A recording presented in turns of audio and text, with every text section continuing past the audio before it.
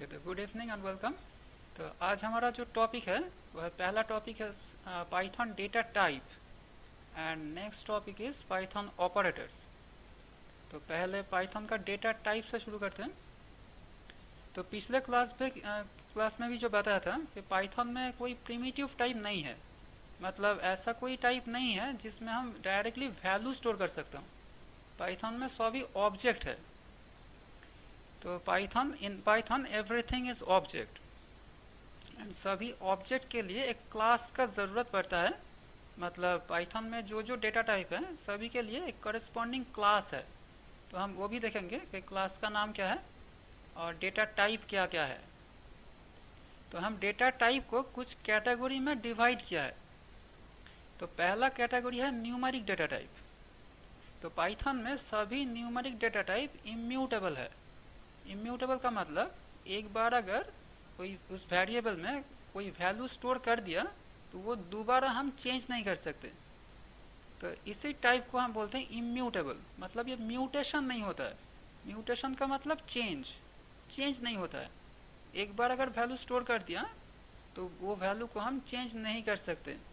तो अगर चेंज करने का कोशिश की तो क्या होगा, पाइथन सिंपली एक नया ऑब्जेक्ट बना देगा। ओके, कोई प्रॉब्लम नहीं होगा, कोई एरर भी नहीं आएगा, कुछ भी नहीं होगा। पाइथन सिर्फ एक नया ऑब्जेक्ट क्रिएट कर देगा। मतलब हमको कोई समझ में नहीं आएगा कि इंटरनली क्या हो रहा है। हम देखूंगा कि नया वैल्यू स्टोर हो गया। ओके, हमको कुछ पता नहीं चलेगा। तो that means once an object is created, value of that object cannot be changed and every time we try to change, जब भी हम उस वैल्यू को चेंज करने का कोशिश की तो that value with that change Python will create a new object. Okay, with that change, okay, that means every time we try to change the value, with that change a new object will be created। Okay, वो change किया जो value, उस value के साथ Python एक नया object बना देगा। ओके, मतलब यहाँ पर हमने अगर x इक्वल टू 10 की और इसके बाद अगर x इक्वल टू 20 किया, मतलब वैल्यू को चेंज करने का कोशिश कर रहा हूँ, तो पाइथन क्या करेगा, ये 20 के लिए एक नया ऑब्जेक्ट बना देगा। ओके, मतलब यहाँ पर जो होगा, पहले एक ऑब्जेक्ट बना दिया। ऑब्जेक्ट का मतलब एक स्पेस, और इस स्पेस के अंदर है 10 और इस स्पेस का जो एड्रेस यह है 1000 और ये x के अंदर है 1000, मतलब इस ऑब्जेक्ट का एड्रेस। मतलब ये x अभी इस स्पेस को पॉइंट कर रहा है। और अगर हमने अभी इसके बाद x इक्वल टू 20 लिखा तो पाइथन क्या करेगा, एक नया स्पेस क्रिएट कर देगा, मतलब एक नया ऑब्जेक्ट बना देगा और जिसके अंदर रहेगा 20। ये पहला ऑब्जेक्ट के अंदर 20 नहीं जाएगा, 20 जाएगा एक नया ऑब्जेक्ट के अंदर। और इस ऑब्जेक्ट का भी तो एक दूसरा एड्रेस होगा। मतलब एज्यूम करता हूँ कि इसका एड्रेस है 2000 और अभी हम ये जो 2000 ये हम x के अंदर ही रखूँगा। ओके, कोई नया रेफरेंस वेरिएबल क्रिएट नहीं करूँगा। ये x है रेफरेंस वेरिएबल, x को हम बोल रहा हूँ रेफरेंस वेरिएबल। तो ये x के अंदर ही हम 2000 को रखूँगा। मतलब पहले जो 1000 था यह अभी डिलीट हो जाएगा और अभी इसके अंदर रहेगा 2000। मतलब अभी x ये नया ऑब्जेक्ट को पॉइंट करेगा और पहला ऑब्जेक्ट का ये जो लिंक था ये डिलीट हो जाएगा। ओके, ये इरेज हो जाएगा और पहला जो ऑब्जेक्ट था ये अभी गार्बेज कलेक्शन के लिए रेडी हो गया। ओके, मतलब इसके बाद इसका गार्बेज कलेक्शन हो जाएगा। तो इसको हम ऐसे बोलता हूँ कि इट इज़, मतलब ये जो पुराना object it is eligible for garbage collection, और जीसी बोल सकता हूँ, गार्बेज कलेक्शन का short. It is eligible for GC, मतलब ये गार्बेज कलेक्शन का लायक है, मतलब ये अभी गार्बेज कलेक्शन हो सकता है। और पाइथन वर्चुअल मशीन उसका सूटेबल टाइम में इसका गार्बेज कलेक्शन कर देगा। कब गार्बेज कलेक्शन होगा ये तो हमारा पता नहीं है, जब भी चाहे हो सकता है। मतलब ये पाइथन वर्चुअल मशीन के ऊपर डिपेंड करता है कि कब इसका गार्बेज कलेक्शन होगा। कहीं ना कहीं इसका गार्बेज कलेक्शन हो जाएगा किसी ना किसी टाइम पे। ओके, तो मतलब एक सभी नया ऑब्जेक्ट को पॉइंट करेगा। तो यही है इम्यूटेबिलिटी। एक बार अगर वैल्यू स्टोर कर दिया तो वो दोबारा हम चेंज नहीं कर सकता हूँ। तो पाइथन में सभी न्यूमेरिक टाइप इम्यूटेबल है। ओके, तो अब देखना चाह रहा हूँ कि ये न्यूमेरिक टाइप के अंदर क्या क्या टाइप है। तो न्यूमेरिक टाइप के अंदर पहला जो कैटेगरी है वो है इंटीग्रल टाइप। मतलब इस टाइप में हम सिर्फ इंटीजर वैल्यू रख सकते हैं, मतलब होल नंबर। इंटीजर वैल्यू का मतलब होल नंबर, मतलब 1 2 3 4 ऐसा, कोई फ्रैक्शन स्टोर नहीं कर सकता हूँ। तो ये इंटीग्रल वैल्यू के अंदर है दो type, one is Boolean and another is integer. और इसका जो कॉरेस्पॉन्डिंग क्लास, हमने तो बताया कि पाइथन में सभी ऑब्जेक्ट है और ऑब्जेक्ट के लिए एक कॉरेस्पॉन्डिंग क्लास का ज़रूरत होता है।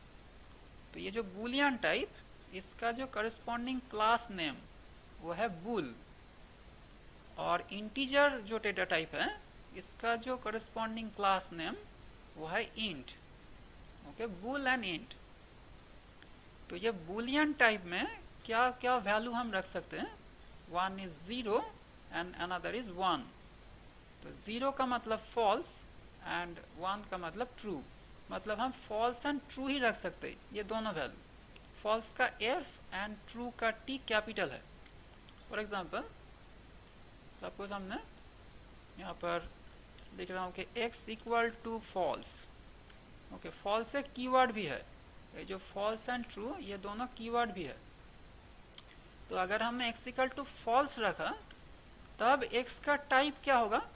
x का टाइप अभी बूलियन होगा। मतलब अगर हमने प्रिंट के अंदर टाइप फंक्शन को कॉल करके इसके अंदर x पास करूं तो अभी ये टाइप दिखाएगा क्लास बूल। ओके, मतलब इसका टाइप अभी बूलियन हो गया। तो ये फॉल्स का मतलब इंटरनली ज़ीरो है, लेकिन अगर हमने ज़ीरो स्टोर किया तब इसका ये मतलब नहीं है कि x अभी बूलियन है। x का टाइप अभी क्या होगा, x का टाइप अभी इंटीजर हो जाएगा, ये अभी बूलियन नहीं है। अगर डायरेक्टली ज़ीरो टाइप किया तो अभी इसका टाइप बूलियन मतलब इंटीजर हो जाएगा। ओके, ये क्लास इंट हो गया। लेकिन अगर हमने फॉल्स टाइप किया, मतलब फॉल्स स्टोर किया, तब इसका टाइप बूलियन होगा। ओके, अब इसका टाइप क्लास बूल हो गया।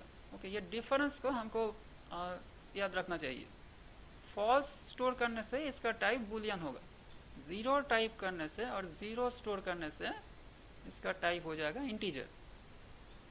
और सिमिलरली अगर यहाँ पर x इक्वल टू ट्रू लिखूँ तब भी इसका टाइप बूलियन ही होगा।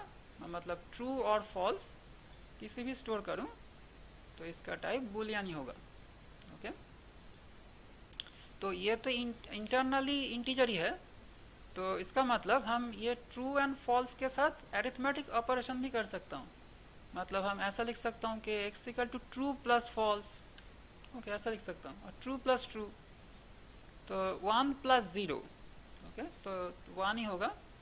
मतलब अभी अगर x का वैल्यू दिखाऊँ, प्रिंट x कर रहा हूँ, x का वैल्यू वो दिखाएगा, दैट इज 1 दिखाएगा, 1। ओके, तो अगर ट्रू प्लस ट्रू करूँ तो इसका वैल्यू अभी 1 प्लस 1 मतलब 2 दिखाएगा। ओके, ये 1 प्लस 1 2। ओके, तो ऐसा करके हम बूलियन के साथ किसी भी अरिथमेटिक ऑपरेशन कर सकता हूँ, कोई प्रॉब्लम नहीं। ये इंटरनली इंटीजर ही है। ओके, तो ये हो गया बूलियन डेटा टाइप। और इंटीजर जो डेटा टाइप है, नेक्स्ट इज इंटीजर और इसका क्लास है इंट। तो इंटीजर में हम कौन सा रेंज का वैल्यू स्टोर कर सकता हूँ। बूलियन में तो देखा है सिर्फ फॉल्स एंड ट्रू, ये दोनों वैल्यू हम स्टोर कर सकता हूँ। लेकिन इंटीजर में कितना रेंज का वैल्यू हम स्टोर कर सकता हूँ। The answer is unlimited. मतलब इस रेंज का कोई लिमिटेशन नहीं, हम किसी भी वैल्यू स्टोर कर सकता हूँ। मतलब अगर हमने x इक्वल टू डायरेक्टली कोई इंटीजर वैल्यू टाइप कर रहा हूँ, से 12 10 कुछ भी, तो इसका टाइप तो इंटीजर होगा। तो अभी हम चाहे जो भी नंबर चाहे तो स्टोर कर सकता हूँ, कोई प्रॉब्लम नहीं। ओके, तो यहाँ पर किसी भी नंबर स्टोर कर सकता हूँ। ओके, तो यह बड़ा एक नंबर कर दिया।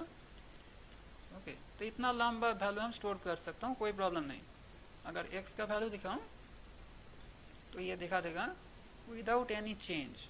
ओके, मतलब यहाँ पर रेंज का कोई लिमिटेशन नहीं है, चाहे जो भी वैल्यू चाहे हम स्टोर कर सकता हूँ, कोई प्रॉब्लम नहीं है।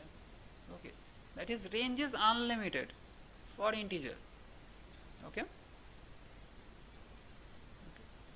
तो यह है इंटीग्रल टाइप, इसके अंदर है बूलियन एंड इंटीजर। और नेक्स्ट है फ्लोटिंग पॉइंट टाइप। तो फ्लोटिंग पॉइंट टाइप, यहाँ पर सभी floating point type double type है। तो एक्चुअली हम दो टर्म यूज करता हूँ यहाँ पर, single precision and double precision.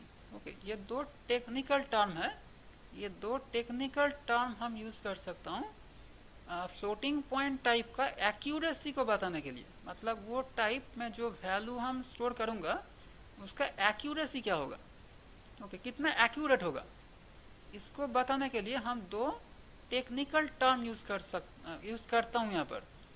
वो है single precision and double precision. Precision का मतलब क्या? प्रिसिशन एक टेक्निकल टर्म है जिसका मतलब है लेवल ऑफ एक्यूरेसी, मतलब कितना एक्यूरेट है ये, इसको बताने के लिए हम ये टर्म यूज करता हूँ, ये प्रिसिशन। तो अगर किसी का जावा और सी प्लस प्लस ये सब किया है तो उसका पता चलेगा कि वहाँ पर दो टाइप होता है, one is single precision, one is another is double precision. दो टाइप होता है, लेकिन पाइथन में दो टाइप नहीं है, एक ही टाइप है। सभी यहाँ पर डबल प्रिसिशन है, यहाँ पर सिंगल प्रिसिशन ऐसा कुछ नहीं है। ओके, तो मतलब वो जो लैंग्वेज है सी प्लस प्लस और जावा, वहाँ पर सिंगल प्रिसिशन टाइप का वैल्यू और डबल प्रिसिशन टाइप का वैल्यू को स्टोर करने के लिए अलग अलग वेरिएबल है, मतलब अलग अलग डेटा टाइप है। वो तो प्रॉब्लमेटिक है और कंफ्यूजिंग भी।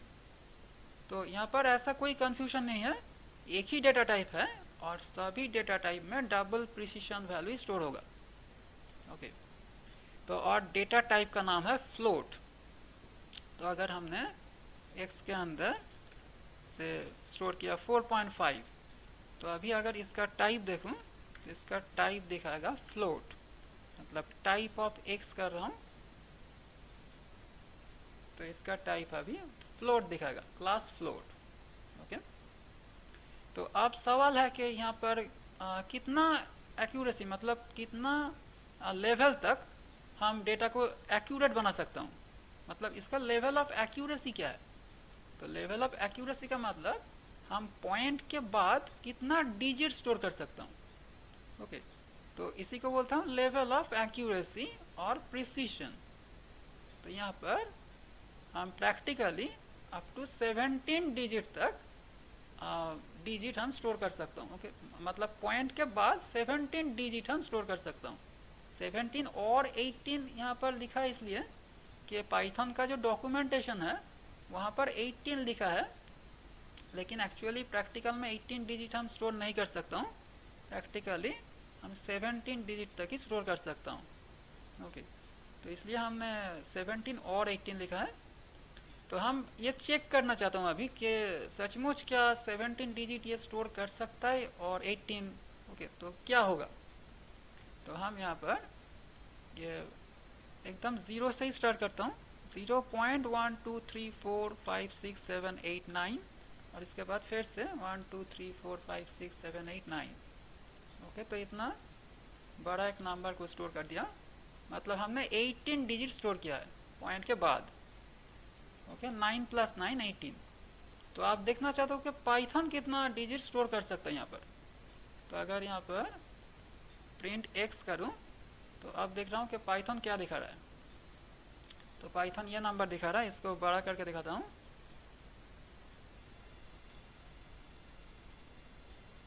ओके,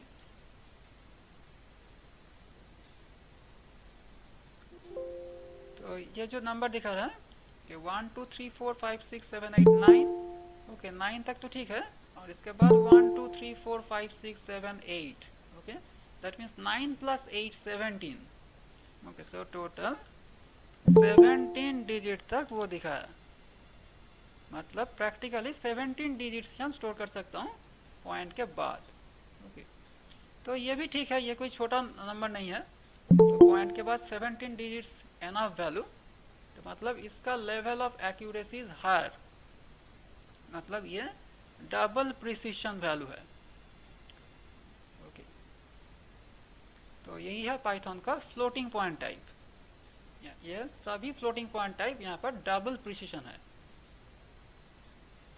ओके तो इसके बाद जो नेक्स्ट टाइप है वो है कॉम्प्लेक्स नंबर। तो ये कॉम्प्लेक्स नंबर एक यूनिक टाइप है पाइथन के लिए, ये तो और जो लैंग्वेज है मतलब सी सी प्लस प्लस जावा यहाँ पर तो नहीं है, ये पाइथन का एक यूनिक टाइप है।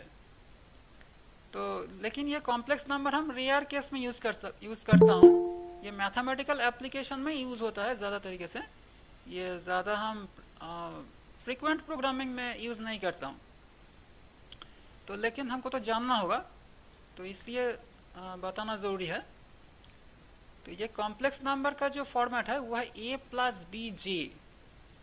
तो हम तो जानता हूँ कि कॉम्प्लेक्स नंबर में एक रियल पार्ट होता है और एक इमेजिनरी पार्ट होता है।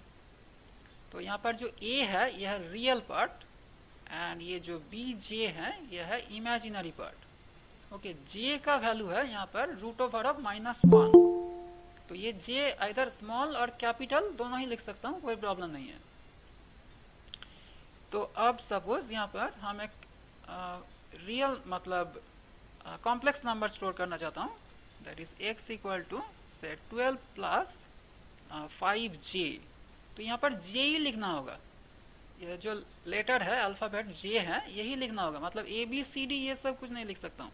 अगर a लिख दूँ तो इमीडिएटली एरर आएगा, यहाँ पर एरर दे दिया, बोल रहा है कि अनरिजॉल्व्ड रेफरेंस a। अगर इसको चलाऊं तो इमीडिएट वो एरर देगा, that is syntax error, okay invalid decimal literal. तो यहाँ पर हमको जे ही लिखना होगा, तो आइदर कैपिटल और स्मॉल कुछ भी जे लिख सकता हूँ, कोई प्रॉब्लम नहीं। तो यहाँ पर याद रखना होगा कि ये जो real part that means 12 and जो इमेजिनरी पार्ट दैट इज 5, जे का वैल्यू तो √(-1) है, इसको छोड़ के ये 5 को बता रहा हूँ। ये 5 जो पार्ट है ये दोनों ही फ्लोटिंग पॉइंट है। यहाँ पर तो हमने लिखा है इंटीजर, लेकिन अगर इसका वैल्यू को दिखाऊं तो वो फ्लोटिंग पॉइंट दिखाएगा, मतलब 12.0 एंड 5.0 ऐसा दिखाएगा। तो अभी हम सेपरेट करके रियल पार्ट एंड जो इमेजिनरी पार्ट ये दोनों अलग करके दिखाना चाहता हूँ। तो वो कैसे दिखाऊंगा, तो इसको कैसे दिखाऊंगा, इसको समझने के लिए हमको पहले चीज़ समझना होगा, वो क्या है कि हम जो बात कर रहा हूँ कि पाइथन में सभी ऑब्जेक्ट है, ये जो क्लास एंड ऑब्जेक्ट, तो इसके बारे में थोड़ा सा बता देता हूँ, क्योंकि पाइथन में तो सभी ऑब्जेक्ट है, ऑब्जेक्ट को लेकर ही हमको काम करना होगा। तो इसीलिए ये नॉलेज जानना ज़रूरी है कि एक क्लास के अंदर जो होता है, हम बाद में देखूंगा डिटेल्स में क्लास क्या है। तो इसी क्लास के लिए आज के लिए बता देता हूँ कि क्लास के अंदर 2 आइटम रहता है, वन इज वेरिएबल, वेरिएबल को हम डेटा भी बोलता हूँ, और वन इज फंक्शन। ये 2 आइटम रहता है, वेरिएबल और एंड फंक्शन। तो अब ये एक प्लानिंग है बेसिकली। क्लास क्या है, class is basically a template और प्लानिंग और ब्लूप्रिंट भी बोल सकता हूँ, ओके प्लानिंग और ब्लूप्रिंट, ओके मतलब ये रियल लाइफ में एग्जिस्ट नहीं करता है। ये जो प्लानिंग है और ब्लूप्रिंट ये रियल लाइफ में एग्जिस्ट नहीं करता है, ये हम इमेजिन कर रहा हूँ कि ऐसा कुछ है। मतलब कोई घर और ब्रिज और बिल्डिंग ये सब बनाने के लिए तो प्लानिंग करना पड़ता है। अगर कोई घर बनाऊं मतलब हाउस और बिल्डिंग, तो ये सब बनाने के लिए तो पहले प्लानिंग करना पड़ता है, प्लानिंग के बाद ही हम रियल लाइफ में इसको बनाते हैं, हाउस और बिल्डिंग। तो ये जो क्लास हम बना रहा हूँ ये एक प्लानिंग ही है, मतलब ब्लूप्रिंट। तो मतलब हम बताने जा रहा हूँ कि हम जो आइटम बनाऊंगा उसके अंदर क्या क्या रहेगा। ओके, तो हम वेरिएबल्स का नाम बता दूंगा और फंक्शन का नाम बता दूंगा। ओके, ये वेरिएबल और ये फंक्शन रहेगा एक्चुअली में जब वो आइटम बनेगा तब। ओके, फॉर एग्जांपल एक छोटा सा एग्जांपल देता हूँ तभी ये समझ में आ जाएगा। फॉर एग्जांपल अगर हम एक एम्प्लॉय क्लास बनाना चाहते हैं, फॉर एग्जांपल क्लास एम्प्लॉय, तो मतलब ये जो एम्प्लॉय है ये तो कंप्यूटर तो इसके बारे में नहीं जानता कि एम्प्लॉय क्या होता है। तो हमको कंप्यूटर को समझाना होगा कि ये एम्प्लॉय क्या होता है। तो ये कैसे समझाऊंगा, हम एक क्लास बनाऊंगा, एम्प्लॉय नाम का एक क्लास बनाऊंगा और बता दूंगा कि एम्प्लॉय का क्या क्या प्रॉपर्टी हो सकता है। प्रॉपर्टी का मतलब इसके अंदर रहेगा वेरिएबल एंड फंक्शन। तो क्या क्या वेरिएबल रह सकता है, मतलब एम्प्लॉय का जो प्रॉपर्टी हो सकता है, मतलब एम्प्लॉय का तो नाम हो सकता है और एज हो सकता है, डिपार्टमेंट हो सकता है, सैलरी हो सकता है। यह है एम्प्लॉय का प्रॉपर्टी और वेरिएबल। ओके, तो यही जो हमने लिखा है ये 4 प्रॉपर्टी और 4 वेरिएबल्स। ओके, तो वेरिएबल, फील्ड, प्रॉपर्टी कुछ भी बोल सकता हूँ। ओके, और फील्ड और एट्रीब्यूट कुछ भी बोल सकता हूँ। ओके, और एट्रीब्यूट,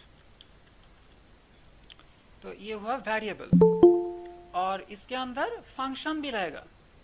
तो फंक्शन क्या क्या रह सकता है, मतलब हम एम्प्लॉय का ये जो वैल्यू स्टोर करेंगे ये हम डिस्प्ले कर सकता हूँ। ओके, मतलब डिस्प्ले, डिस्प्ले नाम का एक फंक्शन हो सकता है। फंक्शन हम डिटेल्स में देखूंगा बाद में कि कैसे फंक्शन क्रिएट करते हैं हम। तो यहाँ पर डिस्प्ले नाम का फंक्शन हो सकता है और भी फंक्शन हो सकता है। तो ये तो हमने प्लानिंग बनाया, मतलब ब्लूप्रिंट, यह भी एग्जिस्ट नहीं करता है। एग्जिस्ट का मतलब क्या, एग्जिस्ट का मतलब मेमोरी में कुछ स्पेस नहीं क्रिएट किया है, यही है एग्जिस्टेंस का मतलब। मेमोरी में कुछ स्पेस नहीं क्रिएट किया। ओके, तो अभी हमने सिर्फ लिखा है इसको। तो अब हम क्या करूँगा, हम इस एम्प्लॉय क्लास का ऑब्जेक्ट बनाऊंगा। स्पेस कब बनेगा मेमोरी में, जब इसका ऑब्जेक्ट बनाऊंगा।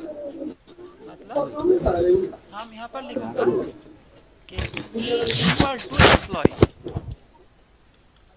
ओके, ऐसा लिखूंगा। पाइथन में ऐसा लिखते हैं ऑब्जेक्ट बनाने के लिए। तो हम बाद में डिटेल्स में देखूंगा कि क्या करते हैं ऑब्जेक्ट बनाने के लिए। तो हमने ई इक्वल टू एम्प्लॉय, तो ये लिखने का मतलब क्या कि ये इक्वल टू का राइट साइड में जो है ये एक ऑब्जेक्ट है। ओके, ये एक ऑब्जेक्ट है और ये जो ई है ये एक रेफरेंस वेरिएबल है। Okay, e is a reference variable. Reference variable. Okay, तो ये एक reference variable and equal to का राइट साइड में जो पार्ट ये है ऑब्जेक्ट।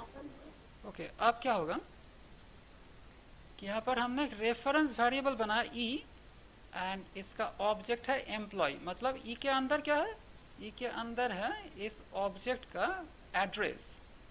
ओके, ये एम्प्लॉय ब्रैकेट ओपन क्लोज करने का मतलब एक ऑब्जेक्ट क्रिएट हुआ है मेमोरी के अंदर, मतलब एक स्पेस बना है मेमोरी के अंदर और ई के अंदर है इसका एड्रेस। और ये ऑब्जेक्ट बनाकर फायदा क्या हुआ, मतलब ये ऑब्जेक्ट हमने क्यों बनाया, ऑब्जेक्ट इसलिए बनाया कि इस क्लास के अंदर ये जो वेरिएबल्स हमने बनाया और ये जो फंक्शंस लिखा है इसको एक्सेस करने के लिए, मतलब यूज करने के लिए। मतलब ये ई से अभी ये नेम, एज, डिपार्टमेंट, सैलरी और ये डिस्प्ले को अभी हम एक्सेस कर सकता हूँ, मतलब यूज कर सकता हूँ। तो वो कैसे करूँगा, इसको यूज करने के लिए हम ऐसे लिखूंगा कि प्रिंट के अंदर भी लिख सकता हूँ और डायरेक्ट भी लिख सकता हूँ। ई प्रथम पहले लिखूंगा ई और इसके बाद एक डॉट देकर लिखना है ये जो वेरिएबल्स, मतलब नेम और एज और डिपार्टमेंट सैलरी कुछ भी लिख सकता हूँ। E dot name, e dot age, e dot salary और ई डॉट डिस्प्ले। ओके, तो ऐसा करके हम लिख सकता हूँ। तभी हम ये रेफरेंस वेरिएबल से ये वेरिएबल्स का नाम इंडिविजुअल वेरिएबल्स और ये फंक्शन का नाम को यूज़ करके हम इसको कॉल कर सकता हूँ। ओके, तो इसलिए हमने ये रेफरेंस वेरिएबल बनाया। और यहाँ पर भी हम ऐसा ही करूँगा। ये जो हमने x बनाया है ये x है रेफरेंस वेरिएबल, और ये इक्वल टू का राइट साइड में जो है ये है ऑब्जेक्ट। ये ऑब्जेक्ट है कॉम्प्लेक्स क्लास का ऑब्जेक्ट। ओके, तो ये जो x हमने बना, ये x बनाकर फायदा क्या हुआ? फायदा यही हुआ कि कॉम्प्लेक्स क्लास के अंदर जो जो वेरिएबल्स है इसको हम एक्सेस कर सकता हूँ। तो कॉम्प्लेक्स क्लास के अंदर क्या क्या वेरिएबल है? तो ये जो कॉम्प्लेक्स क्लास है, ओके, ये जो complex class, it is class complex. Complex नाम का एक क्लास है। तो इसके अंदर क्या क्या है? इसके अंदर बेसिकली दो वेरिएबल है। One is real and another is image. ये दोनों वेरिएबल है, रियल एंड इमेज। और हमने जो ये रेफरेंस वेरिएबल बनाया x, ये x के साथ हम ये रियल एंड इमेज ये दोनों वेरिएबल को यूज कर सकता हूँ। ओके, मतलब हमको अभी लिखना होगा कि हमने लिखा कि x equal to 12 plus 5j। तो अब हम लिख सकता हूँ कि x dot real and x dot image, ऐसा हम लिख सकता हूँ। तभी हम रियल एंड इमेज दो वेरिएबल को अलग करके एक्सेस कर सकता हूँ। ओके, तो हम यहाँ पर भी ऐसा ही लिखूंगा कि प्रिंट के अंदर x dot real. Okay, x dot देने से ये दो वेरिएबल को यहाँ पर शो करेगा इस लिस्ट में। तो अब अगर x डॉट रियल लिखूं तो वो अभी रियल का वैल्यू दिखाएगा 12, नॉट 12, 12.0 दिखाएगा, क्योंकि ये एक फ्लोटिंग पॉइंट वैल्यू है, ये इंटीजर नहीं है। ओके, अभी दिखाएगा 12.0।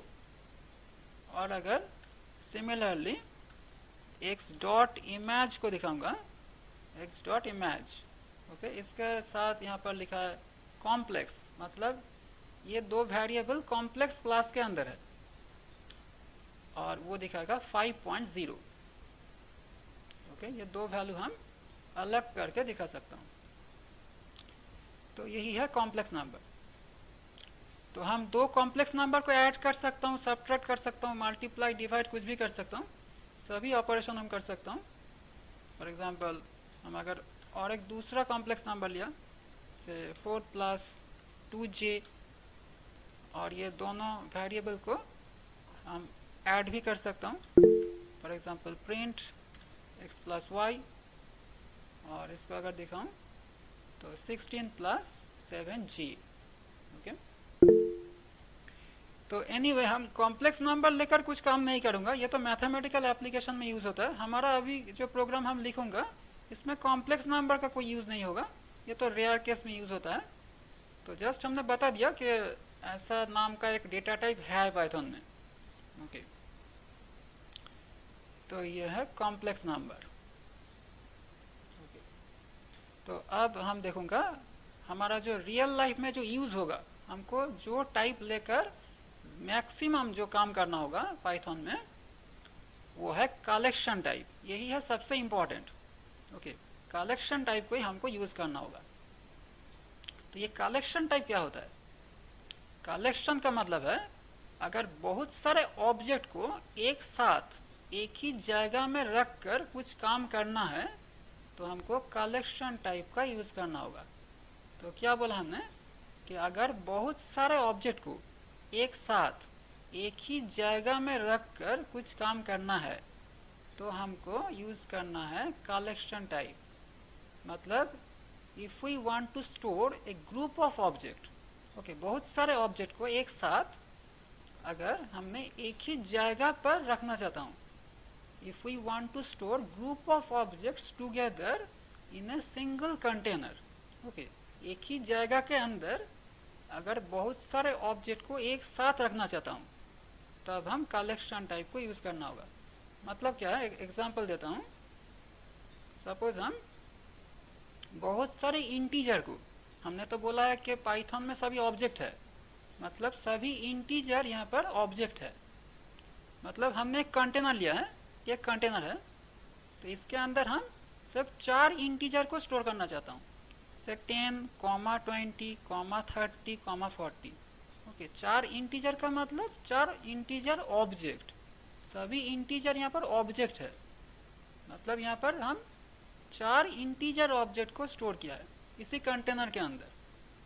तो ये कंटेनर एक कलेक्शन है, तो इसको हम बोलूँगा एक कलेक्शन। ओके, मतलब ग्रुप ऑफ इंटीजर, ये क्या हुआ, ये हुआ है group of integer, group of integers. Okay, group of integer object. तो सिमिलरली और एक कलेक्शन हम ले सकता हूँ जिसके अंदर हम ग्रुप ऑफ एम्प्लॉय को रखूँगा। तो एम्प्लॉय क्लास तो पाइथन में होता नहीं है, हम बना सकता हूँ, बाद में हम बनाऊँगा कि ग्रुप ऑफ एम्प्लॉयज़। ओके, तो ये भी हम रख सकता हूँ। मतलब इसके अंदर ऐसा रख सकता हूँ कि emp1, emp2, emp3 ऐसा करके।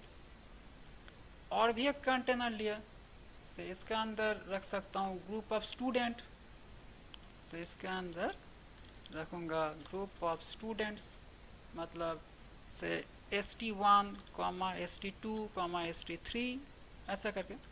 ओके, तो ये जो group of employees, group of student, group of integer, मतलब ये हुआ collection, collection of student, collection of employees, collection of integers.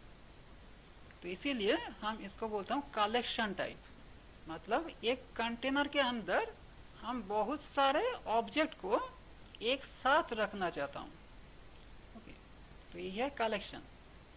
तो लेकिन अब सवाल यह है कि ये एक साथ एक ही जगह में ये सब इतने सारे ऑब्जेक्ट को रख कर हम करूँगा क्या, मतलब हमारा काम क्या है।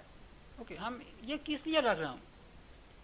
तो इसका कारण यही है कि ये कंटेनर में हम अगर चाहूँ तो फ्यूचर में हम इसके ऊपर कुछ काम कर सकता हूँ। तो वो काम क्या है, तो हमारा यहाँ पर काम है कि आवर जॉब्स आर नंबर 1, ये कंटेनर में और भी ऑब्जेक्ट हम ऐड कर सकता हूँ। मतलब ये जो 4 इंटीजर है, इसके साथ हम और भी इंटीजर ऐड करना चाहता हूँ। ओके, मतलब एडिंग ऑब्जेक्ट, पहला जो काम होगा वह है एडिंग न्यू ऑब्जेक्ट। तो ये हमको करना पड़ेगा, हम बाद में देखूंगा डिटेल्स में। तो अगर एक कंटेनर के अंदर ये सब ऑब्जेक्ट हम रख रहा हूँ, तो इसके बाद हमको ये सब काम करना पड़ेगा। ओके, मतलब न्यू आइटम को ऐड करना पड़ेगा।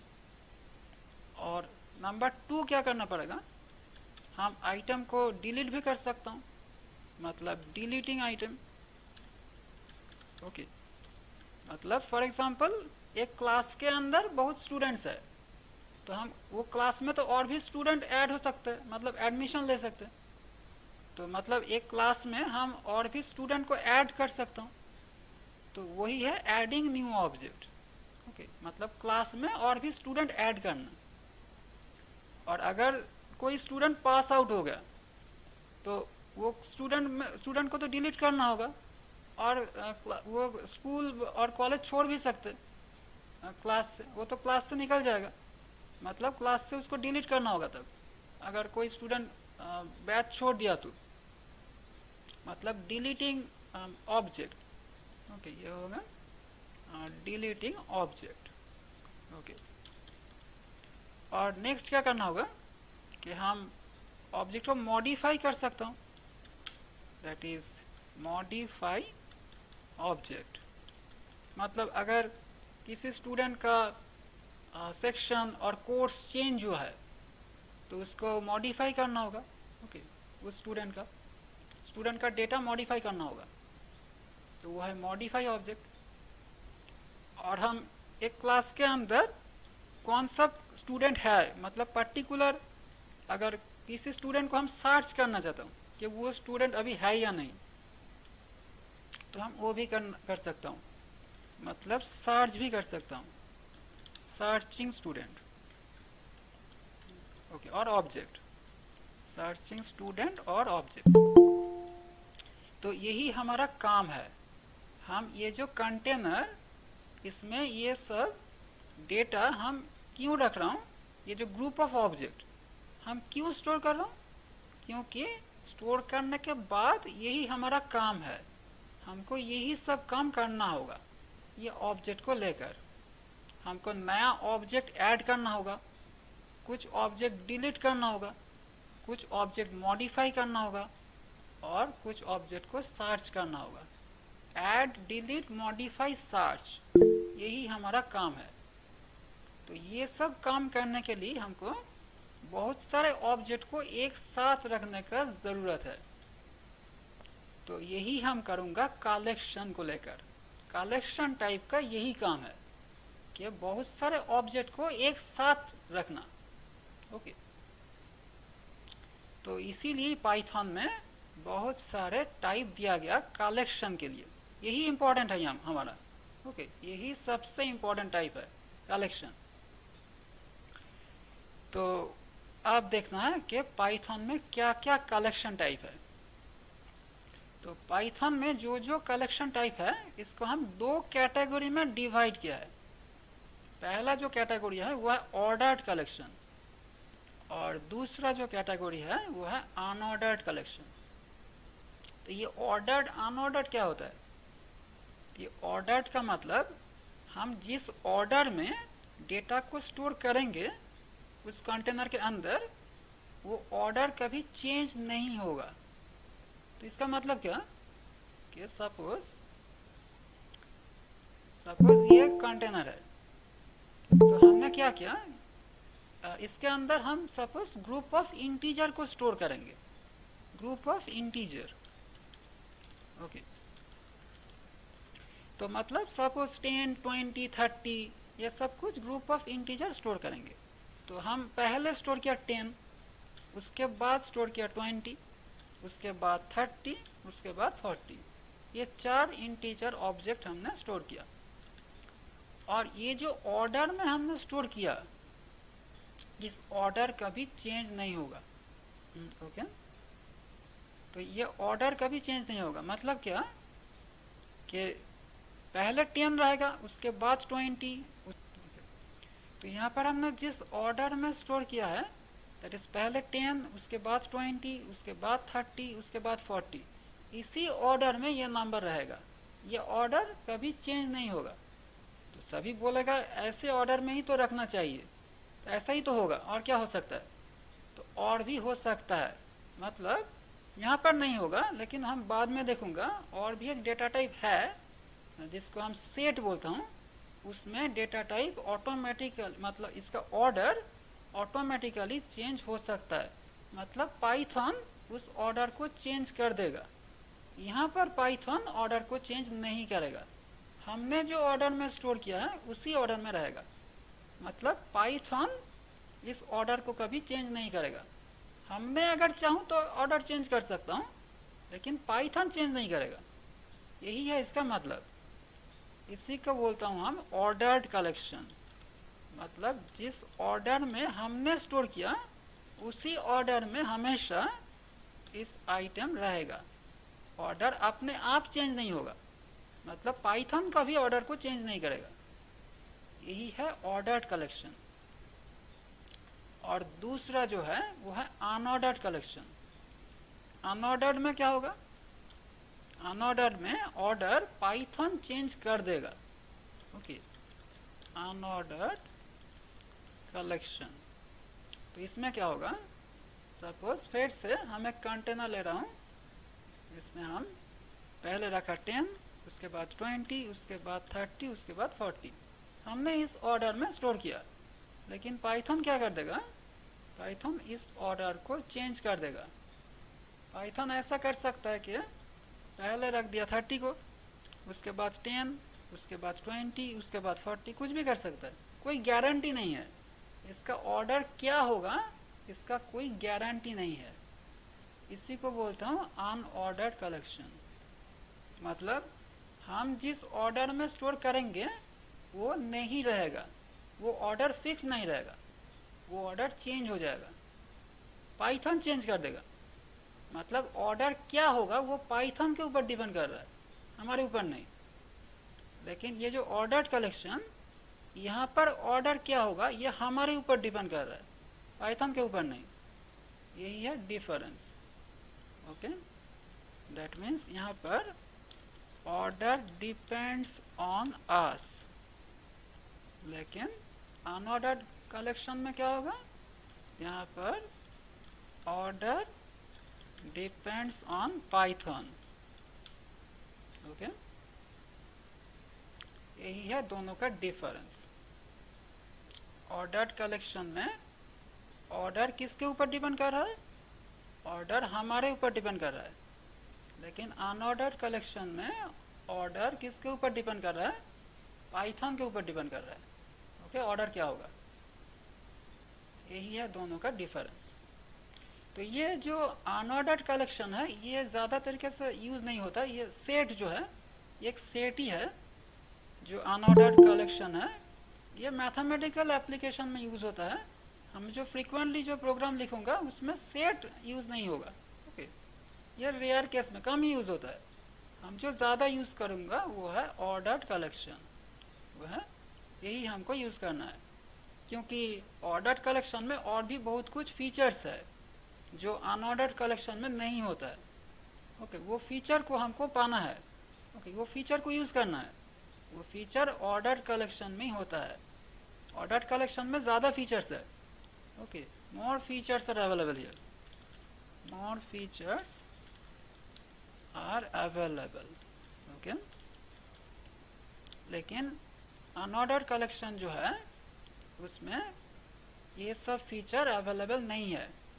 तो वो फीचर क्या है, वो फीचर है से इंडेक्सिंग, ओके, एंड स्लाइसिंग। और भी फीचर्स है वो हम बाद में देखूंगा। ये पहला जो फीचर, ये दोनों इंपॉर्टेंट फीचर वो है इंडेक्सिंग एंड स्लाइसिंग। तो ये दोनों फीचर को हमें यूज़ करना है। ये फीचर अनऑर्डर्ड कलेक्शन में नहीं होता है। ओके, तो ये दोनों बहुत ही इंपॉर्टेंट फीचर है, इंडेक्सिंग एंड स्लाइसिंग। तो ये सिर्फ ऑर्डर्ड कलेक्शन का फीचर है। ओके, तो यह है इंपॉर्टेंट फीचर ऑर्डर्ड कलेक्शन का, इंडेक्सिंग एंड स्लाइसिंग, जो अनऑर्डर्ड कलेक्शन पे नहीं होता है। ओके, तो यहाँ बाद में देखूंगा डिटेल्स में कि क्या होता है। ओके, तो अभी तक किसी का कोई डाउट है, एनी क्वेश्चन और डाउट? No sir. ओके, तो अब देखना है कि ये ऑर्डर्ड कलेक्शन और अनऑर्डर्ड कलेक्शन का एग्जाम्पल क्या है। तो हमने यहाँ पर जो लिखा है कि ऑर्डर्ड कलेक्शन में हम स्लाइसिंग एंड इंडेक्सिंग यूज़ कर सकता हूँ, जो अनऑर्डर्ड कलेक्शन में नहीं यूज़ कर सकता हूँ। और दूसरा जो इम्पोर्टेंट प्रॉपर्टी, इसको हम बोलता हूँ कि इंसर्शन ऑर्डर इज प्रिजर्व्ड। मतलब जिस ऑर्डर में हमने डेटा को स्टोर किया है वो कभी चेंज नहीं होगा, वो प्रिजर्व रहेगा, एक ही रहेगा।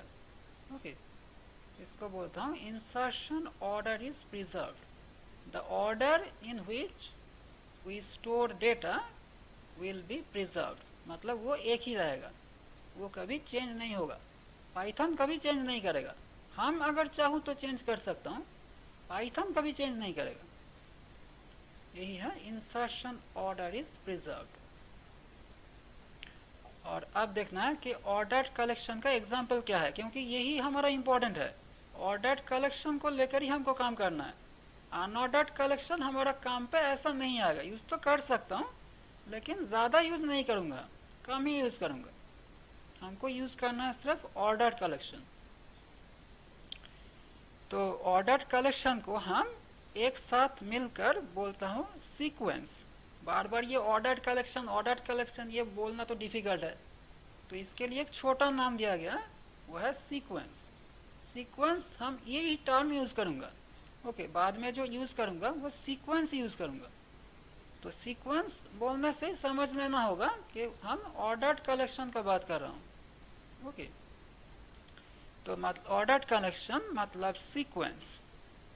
तो आप देखना है कि कौन कौन सीक्वेंस है पाइथन में।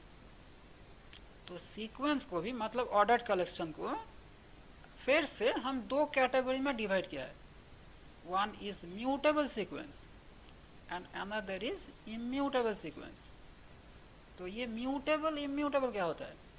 तो हमने तो पहले ही देखा कि ये म्यूटेबिलिटी और इम्यूटेबिलिटी क्या होता है। म्यूटेबिलिटी मतलब जिसको हम चेंज कर सकता हूँ उसको बोलता हूँ म्यूटेबल। म्यूटेशन से ये टर्म आया है। म्यूटेशन का मतलब चेंज करना, ओके। म्यूटेबल मतलब इसको हम चेंज कर सकता हूँ, that means the sequence that we can modify, जिसको हम मॉडिफाई कर सकता हूँ उसको बोलता हूँ म्यूटेबल। तो पाइथन में दो म्यूटेबल सीक्वेंस है, one is list and another is byte array. तो यहाँ पर ये जो बाइट एरे है ये तो ज़्यादा यूज़ नहीं होता है, ये लो लेवल प्रोग्रामिंग में यूज़ होता है। हम इसको यूज़ नहीं करूँगा, सिर्फ नाम जानना ही काफ़ी है। हम जो यूज़ करूँगा वो है लिस्ट, ये पहला वाला। तो यही हमको यूज़ करना है। लिस्ट इज सबसे इम्पॉर्टेंट है, ओके। सभी प्रोग्रामिंग में हमको लिस्ट यूज़ करना है। यह है म्यूटेबल सीक्वेंस। और इम्यूटेबल सीक्वेंस में क्या है? इम्यूटेबल का मतलब जिसमें हम वैल्यू मॉडिफाई नहीं कर सकता हूँ। एक बार अगर स्टोर कर दिया तो वो कभी मॉडिफाई नहीं होगा, ओके। हम नया ऑब्जेक्ट बना सकता हूँ, लेकिन एक बार अगर एक ऑब्जेक्ट के अंदर वैल्यू स्टोर कर दिया तो वो वैल्यू कभी चेंज नहीं होगा, ओके। ये हमको याद में रखना है। तो immutable sequence can not be modified. तो यहाँ पर 4 टाइप है, 4 टाइप्स ऑफ इम्यूटेबल सीक्वेंस। पहला है स्ट्रिंग। तो इसका जो क्लास नेम वो है str, ओके। स्ट्रिंग का जो क्लास का नाम वो str है। और नेक्स्ट है टपल। तो इसको कोई टुपल भी बोलता है, ओके। तो हम जो भी चाहे बोल सकते हो, हम तो टपल बोलता हूँ, तो और कोई चाहे तो टुपल भी बोल सकते हैं, ओके, नो प्रॉब्लम। तो हम टपल बोलता हूँ। तो टपल और रेंज एंड बाइट, ये 4 है इम्यूटेबल सीक्वेंस। तो ये यहाँ पर भी ये जो लास्ट वाला बाइट, ये भी ज़्यादा यूज़ नहीं होता है, मतलब ये भी लो लेवल प्रोग्रामिंग में यूज़ होता है और हम भी उसको यूज़ नहीं करूँगा। हम जो यूज़ करूँगा ये पहला 3 को यूज़ करूँगा, that is string, tuple and range. यही तीनों हमारे लिए इम्पोर्टेंट है। इसी 3 को हमको जानना होगा डिटेल्स में। और म्यूटेबल सीक्वेंस में लिस्ट को डिटेल्स में जानना है, ओके। और तो ये हो गया हमारा sequence. One is mutable and another is immutable. Mutable sequence का एग्जांपल है लिस्ट एंड इम्यूटेबल सीक्वेंस का एग्जांपल है string, tuple and range and byte array. और बाइट को लेकर तो हमको करना कुछ नहीं है अभी तक, तो इसलिए इसको छोड़ देता हूँ, ओके। तो अब आता हूँ अनऑर्डर्ड कलेक्शन पे। तो पाइथन में सेट जो टाइप है यही है अनऑर्डर्ड कलेक्शन। मतलब हम पहले जो बात कर रहा था कि हम जो ऑर्डर में डेटा रखूँगा यहाँ पर वो ऑर्डर चेंज हो जाएगा, मतलब पाइथन उसको चेंज कर देगा। हमारा कोई कंट्रोल नहीं है कि ऑर्डर क्या होगा, ये कंट्रोल पाइथन के ऊपर है। पाइथन इस ऑर्डर को चेंज कर देगा, ओके। तो इसीलिए बोलता हूँ कि अनऑर्डर्ड कलेक्शन मतलब insertion order is not preserved. Insertion order same नहीं रहेगा, ये चेंज हो जाएगा। और इसके अंदर जो आइटम रहेगा वो इम्यूटेबल होना चाहिए, ये कंडीशन है, ओके।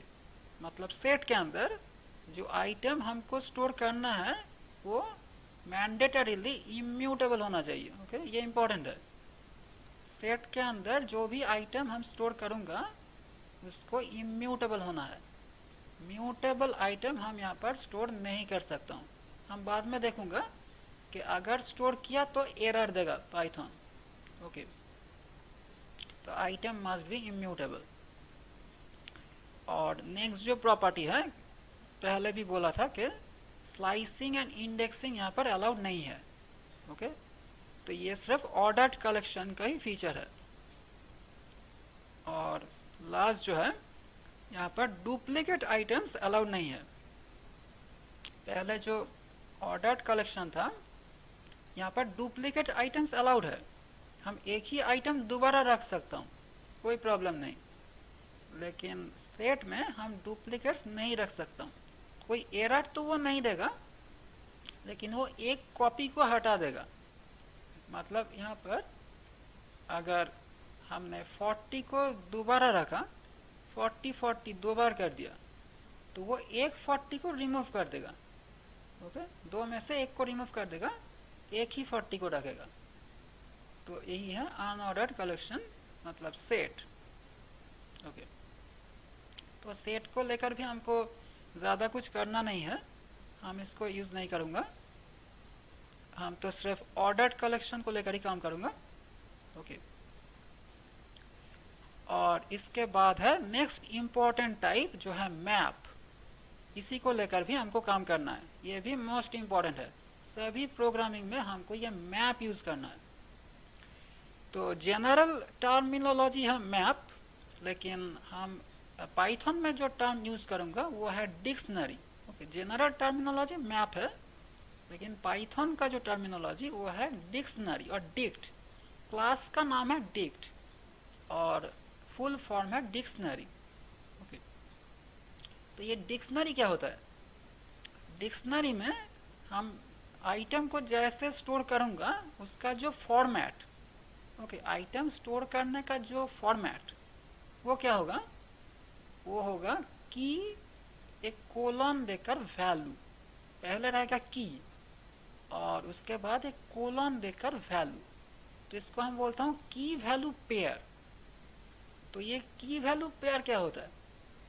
तो एक एग्जांपल देता हूँ तभी ये क्लियर हो जाएगा। मतलब हम एक कंटेनर ले रहा हूँ जिसके अंदर हमको क्या स्टोर करना है कि एक कंट्री में, मतलब बहुत सारे कंट्री है, हर कंट्री का पॉपुलेशन को स्टोर करना है। Okay, country and its population. Okay, suppose बहुत सारे कंट्री है, उसका पॉपुलेशन को स्टोर करना है एक साथ, कंट्री का नेम एंड उसका पॉपुलेशन। फॉर एग्जांपल इंडिया, पहले इंडिया का नाम लिखूंगा, उसके बाद एक कोलन देना पड़ेगा और उसके बाद इसका पॉपुलेशन को लिखना पड़ेगा। तो हम एक्चुअल पॉपुलेशन को नहीं लिख रहा हूँ यहाँ पर, सिर्फ एक इमेजिनरी पॉपुलेशन लिख रहा हूँ, से 1000। इंडिया का पॉपुलेशन 1000 लिख रहा हूँ, इमेजिनरी, डोंट वरी, ये एक्चुअल पॉपुलेशन नहीं है। और इसके बाद एक कॉमा देना होगा और उसके बाद से यूएसए लेता हूँ, यूएसए कंट्री और कोलन यूएसए का पॉपुलेशन से 2000 लिख रहा हूँ, यह भी इमेजिनरी है। और एक कंट्री लेता हूँ से ब्राज़ील, ब्राज़ील का पॉपुलेशन, ब्राज़ील कोलन दिया और उसके बाद 3000 इसका पॉपुलेशन, ऐसे इमेजिनरी वैल्यू को लिया। तो इसी को बोलता हूँ डिक्शनरी। ओके, डिक्शनरी में हमको स्टोर करना है पहले की, उसके बाद कोलन देकर वैल्यू। यहाँ पर की कौन कौन है? की है इंडिया, ओके, यूएसए, ब्राजील। हाँ, yes, India, USA and Brazil, ये तीनों है की। ओके, हाँ, ये तीनों है की। और वैल्यू क्या क्या है? वैल्यू है 1000, 2000 एंड 3000, ये तीनों है वैल्यू। ओके, ये तीनों है वैल्यू, की वैल्यू पेयर। तो ऐसा करके अगर किसी कलेक्शन के अंदर हम आइटम को रखूं, उस कंटेनर को हम बोलूंगा डिक्शनरी। ओके, तो ऐसा करके हम बहुत सारे डिक्शनरी को बना सकता हूँ, जहाँ पर ऐसा पेयर बनाकर कुछ आइटम को रखना है। फॉर एग्जांपल, और भी एक एग्जांपल दे रहा हूँ। सपोज हमने ऐसा बोला हो कि एक स्ट्रिंग है s इक्वल टू से पाइथन इज नाइस। ओके, एक स्ट्रिंग है, तो हमको करना क्या है, हमको एक प्रोग्राम लिखना होगा, जिस प्रोग्राम से हम फाइंड करूंगा कि यहाँ पर जो जो कैरेक्टर है, मतलब जो जो अल्फ़ाबेट है, वो कितने बार करके है, हर कैरेक्टर, मतलब p कितने बार है, y कितने बार है, t कितने बार है, h कितने बार है, हमको एक लिस्ट बनाना होगा। ओके, हर कैरेक्टर कितने बार करके है, तो इसलिए हम एक डिक्शनरी ले सकता हूँ। मतलब इसमें की क्या होगा, इसमें की होगा लेटर और कैरेक्टर। लेटर नहीं, यहाँ पर स्पेस भी है, स्पेस तो कोई लेटर नहीं है, ये तो कैरेक्टर है। मतलब यहाँ पर कैरेक्टर होगा की, और वैल्यू क्या होगा, वैल्यू होगा इसका फ्रीक्वेंसी। ओके, मतलब ये कितने बार है, इसको हमको दिखाना है, मतलब फ्रीक्वेंसी, इसको बोलता हूँ frequency. Okay, frequency of letter, character colon frequency. Character होगा हमारा की एंड फ्रीक्वेंसी होगा वैल्यू। ओके, मतलब हम ऐसा लिख सकता हूँ यहाँ पर कि पहले p, ओके, पहला कैरेक्टर p, ये कितने बार है, 1 बार है, एक बार है, तो p कोलन 1 ऐसे लिखूंगा, और कॉमा देकर इसके बाद y है, y लिखना, कोलन y तो एक ही बार है, y कोलन 1, और कॉमा देकर उसके बाद t है, t भी एक बार ही है, तो t कोलन 1, और उसके बाद h है, h भी एक बार है, h कोलन 1, और उसके बाद o भी एक बार ही है, o कोलन 1, उसके बाद n दो बार है, Yes, sir. n कोलन 2, ऐसा करके हमको चलना होगा। Okay, dot dot. ओके, तो ऐसा प्रोग्राम हमको बार बार लिखना पड़ेगा। ओके, बार बार प्रोग्रामिंग में ऐसा करना होगा हमको, हम बाद में देखूंगा। तो इसीलिए ये सब करने के लिए डिक्शनरी बहुत ही परफेक्ट है। ओके, डिक्शनरी में हम ऐसे इजीली स्टोर कर सकता हूँ, और उसके बाद इसको लेकर कुछ भी कर सकता हूँ, हम बाद में देखूंगा क्या क्या कर सकता हूँ। तो यही है और एक डिक्शनरी का एग्जांपल। ओके,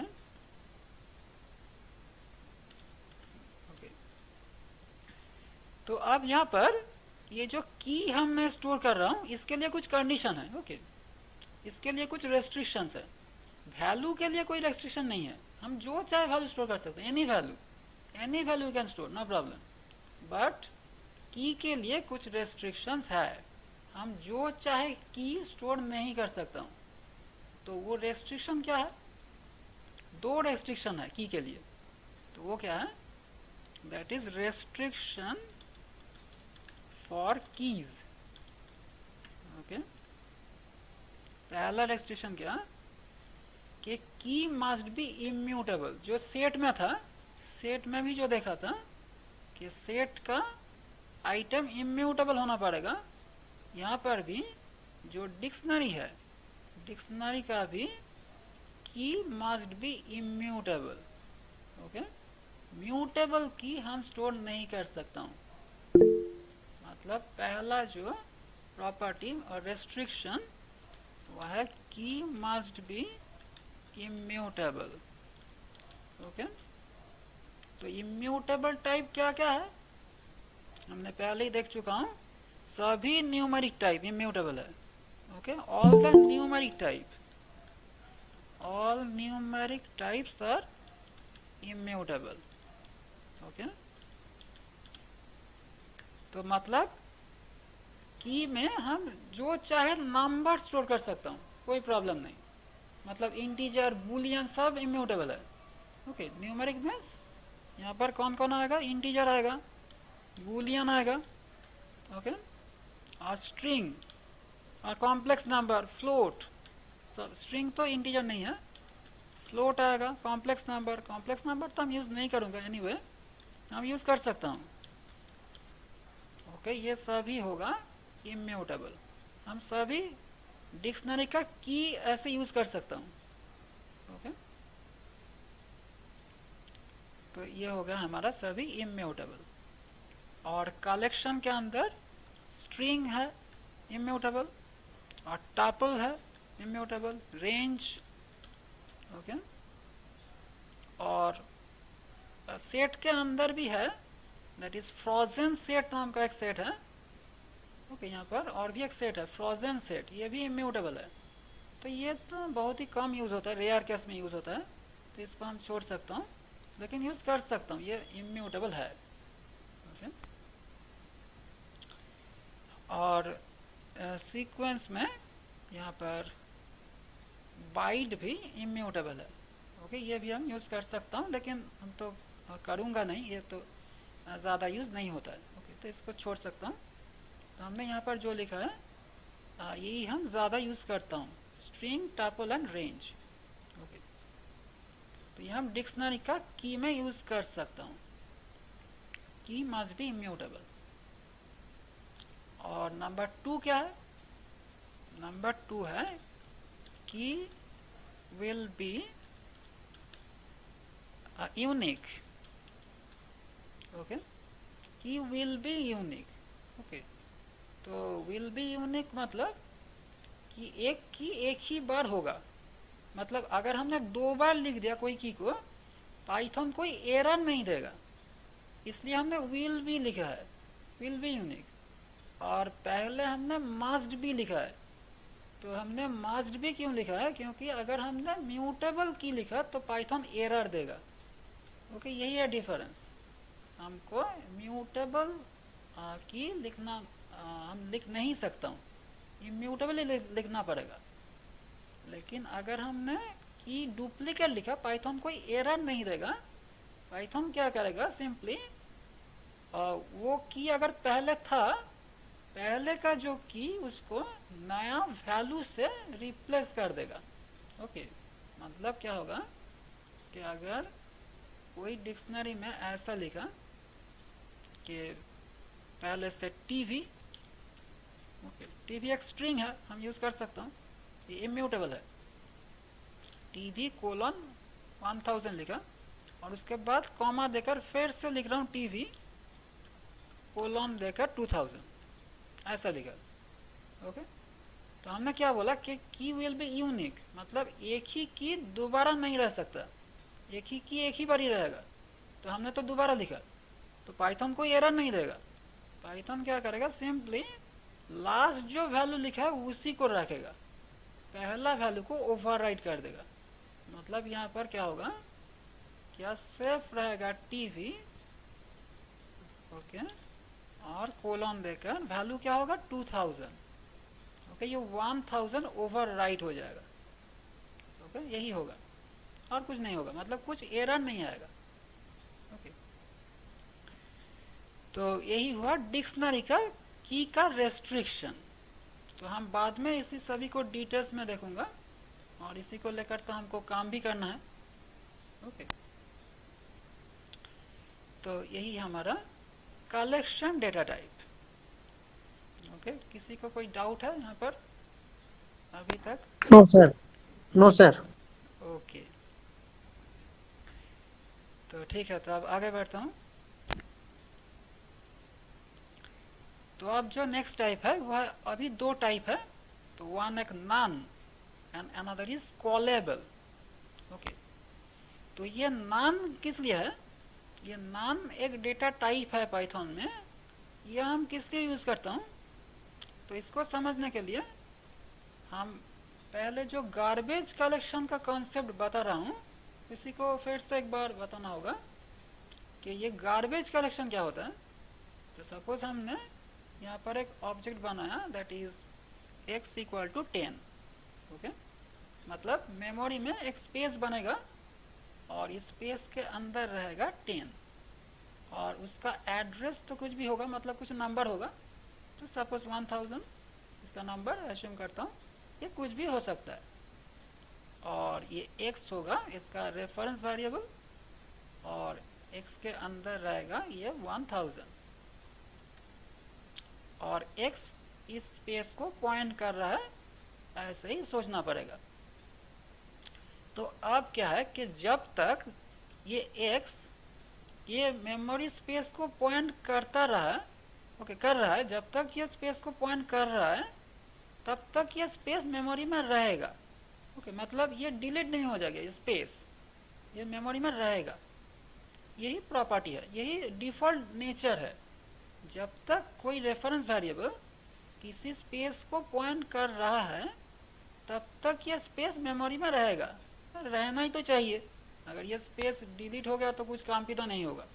ओके तो काम करने के लिए तो ये स्पेस तो रहना ही होगा, यही तो नॉर्मल बात है। तो इसमें तो कुछ अननेचुरल कुछ नहीं है, यही तो होना है। तो अब हम करना क्या चाहता हूँ, हम ये स्पेस को डिलीट करना चाहता हूँ। ओके हम अभी क्या करना चाहता हूँ, हम ये स्पेस को डिलीट करना चाहता हूँ, लेकिन ये स्पेस तो अपने आप डिलीट नहीं होगा। ओके क्योंकि इसका तो रेफरेंस वेरिएबल है, लेकिन हम वही करना चाहता हूँ, हम ये स्पेस को अभी डिलीट करना चाहता हूँ।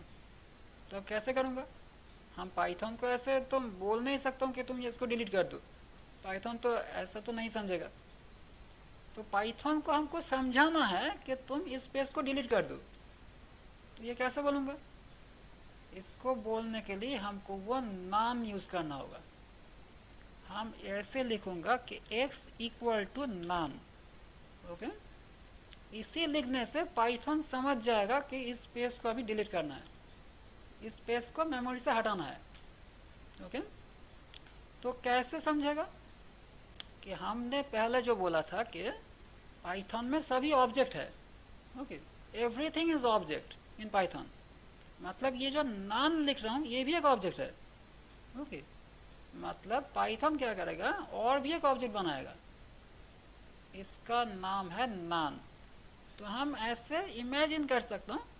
ओके इसका अंदर क्या है हमको तो सचमुच सच कहूँ तो पता नहीं है इसका अंदर क्या होगा। तो हम ऐसे सोच सकता हूँ कि इसके अंदर नॉन है। ओके ऐसा कुछ होता है। ओके ऐसे ही हमको इमेजिन करना होगा कि सचमुच क्या होता है हमको तो पता नहीं। ओके तो एक ऑब्जेक्ट बन चुका है मेमोरी में जिसका वैल्यू नाम ऐसा हम इमेजिन कर सकते हैं, कोई प्रॉब्लम नहीं है, इमेजिन करने में कोई प्रॉब्लम नहीं। ओके और इसका भी एड्रेस भी होगा, हर ऑब्जेक्ट का तो एक एड्रेस होता है, तो इसका भी एक एड्रेस होगा। तो इसका एड्रेस हम एज्यूम करता हूँ 2000, और ये 2000 अभी कहाँ पर स्टोर होगा, ये x के अंदर स्टोर होगा। ओके क्योंकि हमने तो लिखा x इक्वल टू नॉन, तो ये 2000 तो x के अंदर ही स्टोर करना है। मतलब अभी ये 1000 डिलीट हो जाएगा, अभी स्टोर होगा 2000। ओके मतलब क्या होगा, अभी ये x किसको पॉइंट करेगा, ये नॉन को पॉइंट करेगा, और प्रीवियस जो लिंक था पहले का जो लिंक ये डिलीट हो जाएगा। ओके मतलब ये x पहले जिसको पॉइंट कर रहा था, मतलब ये 10, ये अभी eligible for garbage collection. Okay is eligible for GC, मतलब गार्बेज कलेक्शन, गार्बेज कलेक्शन का लायक है ये, अभी गार्बेज कलेक्शन हम कर सकता हूँ। पाइथन वर्चुअल मशीन समझ जाएगा कि अभी इसको वो गार्बेज कलेक्शन कर सकता है, मतलब इसका रेफरेंस कुछ नहीं है, ये अभी अनयूज्ड है। Okay this is unused. Okay तो x ये नॉन को पॉइंट कर रहा है, ये इनडायरेक्टली पाइथन वर्चुअल मशीन को बता रहा है कि x किसी को पॉइंट नहीं कर रहा है। Okay x is pointing to none, इसका मतलब यही है, x is pointing to none, इसका मतलब क्या, x is pointing to nothing, x is pointing to nothing. Okay ऐसे ही हम इनडायरेक्टली बता रहा हूँ। ओके, तो मतलब किसी ऑब्जेक्ट को अगर गार्बेज कलेक्शन कराना है तो हमको लिखना है x equal to none. Okay, तो वो हम फोर्सफुली गार्बेज कलेक्शन करा सकता हूँ किसी ऑब्जेक्ट को, ऐसा तो नहीं होगा। हम अगर फोर्सफुली किसी ऑब्जेक्ट को गार्बेज कलेक्शन कराना चाहता हूँ तो हम उसी वेरिएबल में नॉन असाइन कर दूंगा, तभी वो ऑब्जेक्ट गार्बेज कलेक्शन हो जाएगा, मतलब मेमोरी से डिलीट हो जाएगा। Okay, any doubt? No, sir. Okay, तो हम ये बाद में यूज करूंगा ये नॉन को। और हमारा लास्ट जो टाइप है वो है कॉलेबल। ये कॉलेबल क्या है? हर फंक्शन को कॉलेबल बोलता है। तो हम फंक्शन बाद में देखूंगा कैसे फंक्शन को क्रिएट कर सकता हूँ। तो फंक्शन को तो हम कॉल करता हूँ, इसके लिए बोलता है कॉलेबल। ओके, हम फंक्शन को कॉल कर सकता हूँ, इसके लिए हर फंक्शन है कॉलेबल। फंक्शन भी ऑब्जेक्ट है यहाँ पर। ओके, सब कुछ ऑब्जेक्ट है पाइथन में, everything is object, A to Z.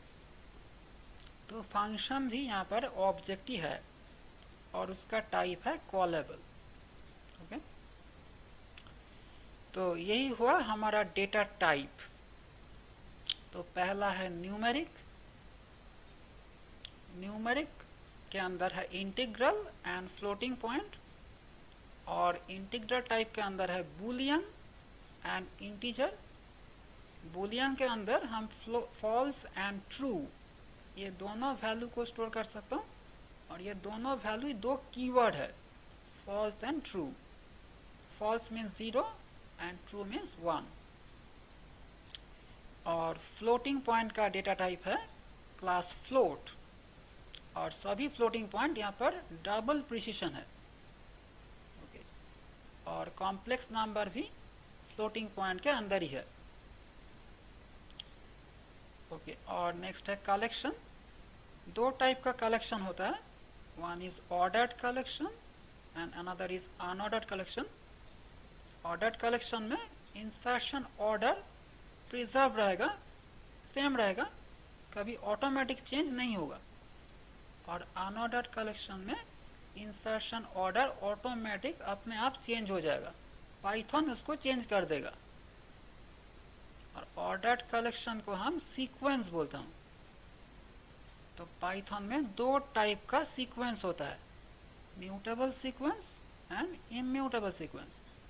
Mutable sequence में जो डेटा हम स्टोर करूंगा उसको हम चेंज कर सकता हूँ, लेकिन इम्यूटेबल टाइप में जो डेटा हम स्टोर करूंगा उसको कभी चेंज नहीं कर सकता हूँ। ओके, कभी चेंज नहीं होगा। तो म्यूटेबल सीक्वेंस में हम यूज करूंगा सिर्फ लिस्ट, और इम्यूटेबल सीक्वेंस में हमको यूज करना है string, tuple and range. And next is unordered collection, यह है सेट। तो सेट भी दो टाइप का होता है, one is mutable and another is immutable. तो हमको इसी को लेकर काम ज़्यादा तो करना नहीं है, तो इसके लिए हम डिटेल्स यहाँ पर नहीं बता रहा हूँ। तो नॉर्मल जो सेट है वो है म्यूटेबल, एंड सेकेंड जो टाइप वो है फ्रोजन सेट, वो इम्यूटेबल होता है। लेकिन फ्रोजन सेट सच कहूँ तो यूज़ नहीं होता है। ओके, तो जस्ट हम ये इसका नाम जानना ही काफ़ी है, और कुछ जानने का ज़रूरत नहीं। और नेक्स्ट जो इम्पोर्टेंट वो है डिक्शनरी, जिसको हम मैपिंग टाइप बोलता हूँ। तो इसका क्लास का नाम है डिक्ट। ओके, और डिक्शनरी, तो इसके अंदर हमको स्टोर करना है की वैल्यू पेयर, की कोलन वैल्यू। तो हम अगर इसको एग्जांपल में देखो, सपोज यहाँ पर से लिख दिया x, तो डिक्शनरी के लिए हमको देना है एक ब्रेस। ओके, तो ये जो कार्ली ब्रैकेट इसको हम ब्रेस बोलते हैं यहाँ पर, इसके अंदर लिखना है की वैल्यू पेयर। सपोज लिखा 10 कोलन वैल्यू 5000, तो 10 तो इंटीजर है, हम यूज कर सकता हूँ क्योंकि की मस्ट बी इम्यूटेबल। ओके, और कॉमा कॉमा देकर बोलना है सेकेंड की वैल्यू पेयर को। सपोज 5:100, तो 5 यहाँ पर की एंड 100 है वैल्यू। तो ऐसा करके हम और भी की वैल्यू पेयर को बोल सकता हूँ।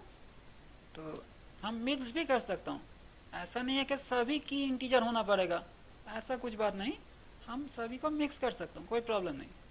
फॉर एग्जांपल हम एक स्ट्रिंग लिया की, ओके, और कोलन देकर इसका सिर्फ प्राइस बता रहा हूँ से 10,000, ऐसा बोल सकता हूँ, कोई प्रॉब्लम नहीं। तो यहाँ पर इंटीजर है की 10 और 5, यहाँ पर स्ट्रिंग है की, और भी बोल सकता हूँ से कॉमा देकर हम कॉम्प्लेक्स नंबर भी ले सकता हूँ, वो भी तो इम्यूटेबल है। से 12 प्लस 5j कोलन देकर से 600, ओके, नो प्रॉब्लम।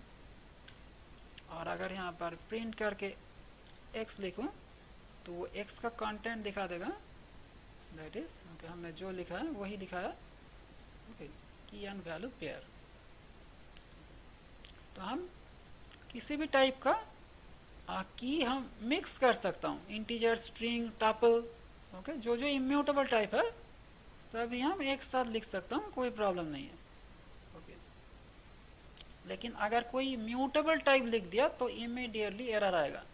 मतलब अगर हमने यहाँ पर 10 का जगह कोई लिस्ट लिख देता हूँ, तो लिस्ट के लिए हमको यूज करना है square bracket, okay. Square bracket indicates a list. तो हमने सपोज स्क्वायर ब्रैकेट के अंदर लिखा 40, तो अब इमीडिएटली एरर आएगा। अगर इसको चलाऊं तो इमीडिएटली टाइप एरर दे दिया, बोलता है कि अनहैशेबल टाइप लिस्ट। तो डिक्शनरी का की में म्यूटेबल टाइप नहीं हो सकता, तो वो ऐसा एरर देगा कि अनहैशेबल टाइप लिस्ट, ओके। तो हम सेट भी यूज नहीं कर सकता हूँ, क्योंकि सेट भी नॉर्मल जो सेट वो भी म्यूटेबल है। तो सेट यूज करने के लिए भी हमको ब्रेस ही यूज करना है, ओके। तो अगर हमने ब्रेस के अंदर डायरेक्टली कोई वैल्यू को बोल रहा हूँ, सपोज 10, 20 ऐसा, तो वो सेट बन जाएगा, ओके। तो फॉर एग्जांपल हम यहाँ पर दिखा रहा हूँ, तो हम अगर ऐसा लिख रहा हूँ कि से y इक्वल टू ब्रेस के अंदर 5, तो ये क्या हुआ, ये अभी सेट हुआ, ये डिक्शनरी नहीं है। लेकिन अगर ये ब्रेस के अंदर आइटम कोलन वैल्यू ऐसा फॉर्मेट यूज कर रहा हूँ, तब ऑटोमेटिक ये डिक्शनरी बन जाएगा, ये है डिफरेंस। तो अगर इस x का टाइप चेक करूँ, तो टाइप ब्रैकेट में x, तब x का टाइप क्या होगा, डिक्शनरी होगा, मतलब क्लास डिक्ट, ओके, इसका टाइप होगा डिक्शनरी। लेकिन अगर y का टाइप चेक करूं, प्रिंट टाइप y, इसका टाइप क्या होगा, इसका टाइप होगा set, okay, that is class set. तो ये आइटम का फॉर्मेट देखकर पाइथन ऑटोमेटिक समझ लेगा कि इसका टाइप क्या है। अगर सिर्फ एक ही आइटम बोल रहा हूँ, मतलब यहाँ पर कॉमा देकर और भी बोल सकता हूँ, 5, 7 कुछ भी, तो कॉमा देकर अगर सिर्फ वैल्यू को बोल रहा हूँ, कोई कोलन आइटम कोलन वैल्यू ऐसा नहीं, तो अब ये ऑटोमेटिक सेट बन जाएगा। लेकिन अगर आइटम कोलन वैल्यू ऐसा फॉर्मेट यूज करूँ तो वो ऑटोमेटिक डिक्शनरी बन जाएगा, यही इसका डिफरेंस है, ओके। तो अब ये जो सेट हुआ है, तो इसमें तो ऑर्डर का कोई गारंटी नहीं है। तो हमने जो पहले कहा था से हमने ऐसा कुछ वैल्यू डाला है 5, 7, 12 और 8। तो अगर इसको प्रिंट करके दिखाऊं, प्रिंट y, तो अब इसका वैल्यू चेंज, मतलब ऑर्डर चेंज हो जाएगा, ओके, वही वैल्यू रहेगा लेकिन ऑर्डर चेंज हो जाएगा। ये पहले 8 आ गया, उसके बाद 12, उसके बाद 5, उसके बाद 7, ओके, ये ऑर्डर पाइथन ऑटोमेटिकली चेंज कर दिया। तो इसीलिए बोल रहा हूँ कि ये अनऑर्डर्ड कलेक्शन है, ऑर्डर का कोई गारंटी नहीं है, ओके। तो हम तो ये सेट ज़्यादा यूज़ नहीं करूँगा, एनीवे हमको तो जानना है कि सेट क्या होता है। तो यही है डिक्शनरी एंड सेट, दोनों के लिए ही ब्रेस है। ओके, तो और अगर हमको लिस्ट और टपल यूज करना है तो लिस्ट के लिए हम यूज करूंगा स्क्वायर ब्रैकेट से x equal to square bracket. तो ये हो गया एक लिस्ट, एम्प्टी लिस्ट। ये एम्प्टी लिस्ट है, मतलब इसके अंदर कुछ नहीं है। ओके, तो और अगर आइटम डालना चाहता हूँ तो डाल सकता हूँ। कॉमा देकर यहाँ पर भी बोलना है, जो आइटम बोलना है सभी कॉमा देकर बोलना है। Okay, 10, 40, 6 and 70। ओके ओके, तो अब यहाँ पर अगर प्रिंट करके दिखाऊं, प्रिंट x, तो अब इसका वैल्यू को दिखा दिया। यहाँ पर ऑर्डर चेंज नहीं हुआ है क्योंकि ये तो ऑर्डर्ड कलेक्शन है, मतलब सीक्वेंस। लिस्ट का मतलब सीक्वेंस, मतलब ऑर्डर्ड कलेक्शन। यहाँ पर ऑर्डर कभी चेंज नहीं होगा, जिस ऑर्डर में हमने लिखा है वही ऑर्डर है, 10, 40, 6 एंड 70। ओके, तो ये हुआ लिस्ट। और अगर टपल को यूज करूं तो टपल के लिए हम यहाँ पर और एक वेरिएबल लेता हूँ, y इक्वल टू, टपल के लिए हम एक पेरेंथेसिस यूज कर सकता हूँ और कुछ यूज नहीं भी कर सकता हूँ, तब भी टपल बनेगा। फॉर एग्जांपल अगर हमने 12, 3, 4, 6 ऐसा लिख दूं तो भी टपल बन जाएगा।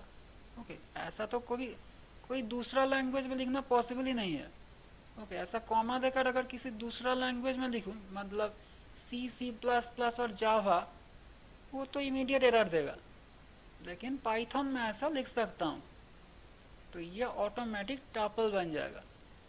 तो अगर इसका टाइप चेक करूं, प्रिंट टाइप ऑफ y, तो ये y का टाइप अभी हो जाएगा टपल।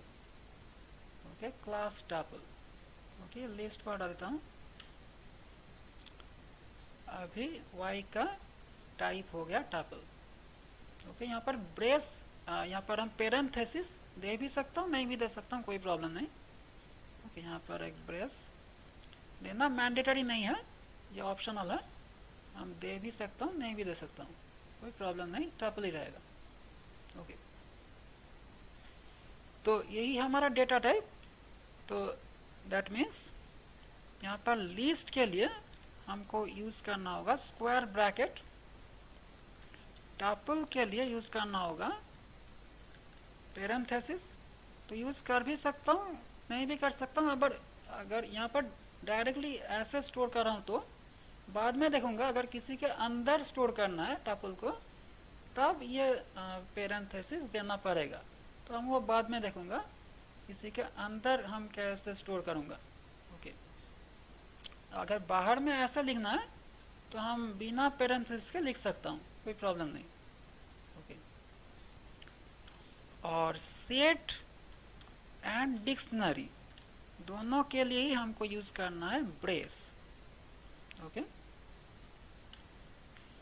तो यही यहाँ पर 3 ब्रैकेट्स है। ओके, और स्ट्रिंग के लिए हमको यूज करना है आइदर सिंगल कोटेशन और डबल कोटेशन और triple quotation. Okay, single quotation, double quotation और ट्रिपल कोटेशन। तो ये कब यूज करना है, क्यों यूज करना है, हम सभी डिटेल्स में देखूंगा बाद में। जब स्ट्रिंग को लेकर डिटेल्स करूंगा तब हम डिटेल्स में इसी कोटेशन का डिफरेंस को देखूंगा, कब ये तीनों टाइप का कोटेशन यूज करना है और क्यों करना है। ओके, तो यह है तीनों ब्रैकेट। तो अब यहाँ पर एक डाउट है हमारा कि ये सेट और डिक्शनरी बोल रहा हूँ, यहाँ पर दोनों के लिए ब्रेस है, तो हम कैसे समझूंगा कि ये सेट और डिक्शनरी है। मतलब अगर हम मैं ऐसा लिख रहा हूँ, अच्छा उसके पहले और फीचर बता देता हूँ कि हम पाइथन में हम कमेंट कैसे लिखते हैं। ओके, कमेंट का मतलब क्या, कमेंट का मतलब जो लाइन पाइथन कंपाइलर नहीं पढ़ता है, मतलब इग्नोर करता है। Comment is a line that is ignored by compiler। Okay, compiler जो लाइन को इग्नोर करता है उसी लाइन को बोलता है कमेंट। तो यहाँ पर एक ही टाइप का कमेंट है पाइथन में। Okay, only one type of comment.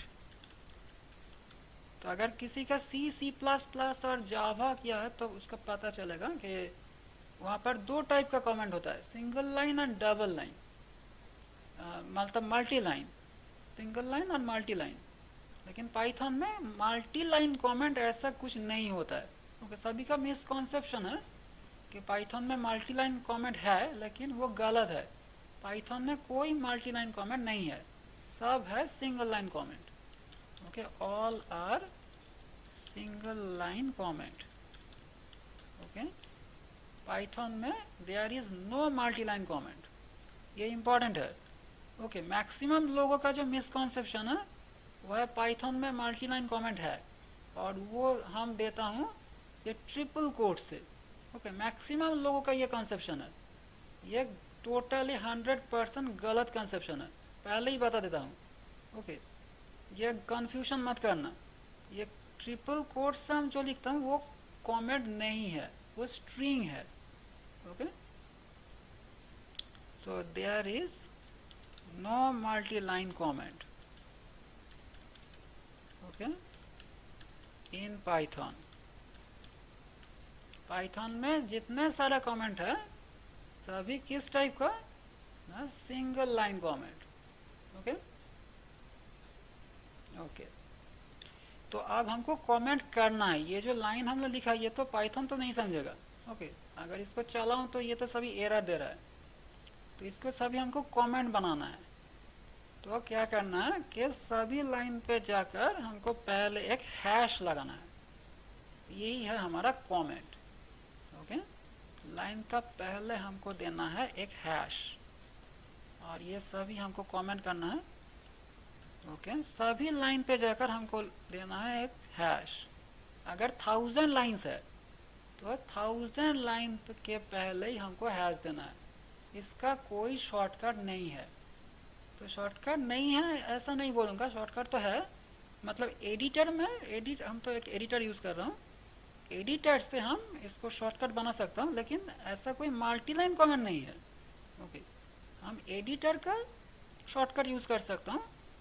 अगर सभी एक से ज़्यादा लाइन को कमेंट बनाना है तो मतलब हम यहाँ पर ऐसे कर सकता हूँ कि सभी लाइन को सिलेक्ट करके कीबोर्ड से Ctrl/ यूज़ कर सकता हूँ। ओके, इसका जो शॉर्टकट है वो है Ctrl+/। ओके, यह shortcut for to make to apply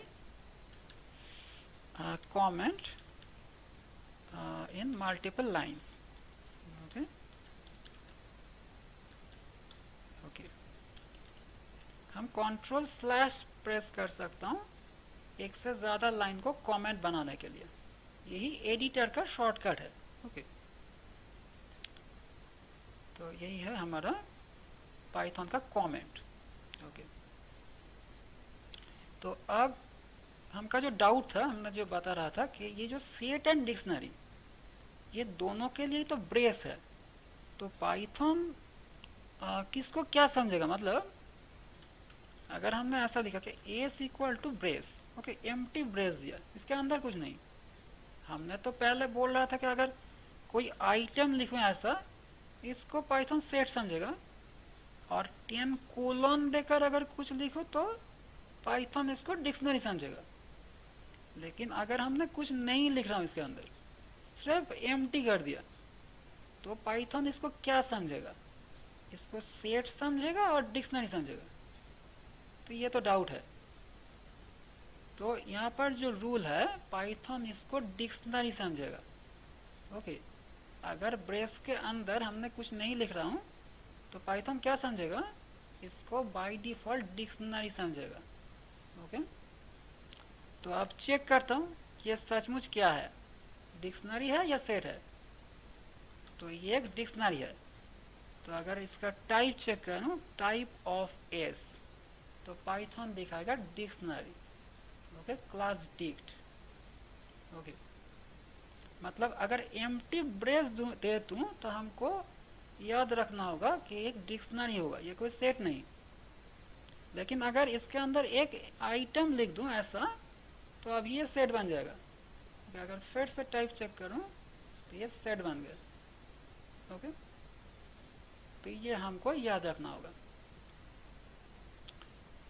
तो यही है ये डिक्शनरी और सेट और ब्रेस। ओके, तो यह है पहला डाउट। और भी एक सेकंड डाउट भी है। वो क्या है? वो है अगर हमने एस इक्वल टू लिख रहा हूं, हमने क्या बोला कि टपल के लिए देना है पेरेंथेसिस। ओके, तो अब दे रहा हूं कि एस इक्वल टू पेरेंथेसिस के अंदर 10। तो अब ये एस का टाइप क्या होगा? इसका टाइप क्या टपल होगा?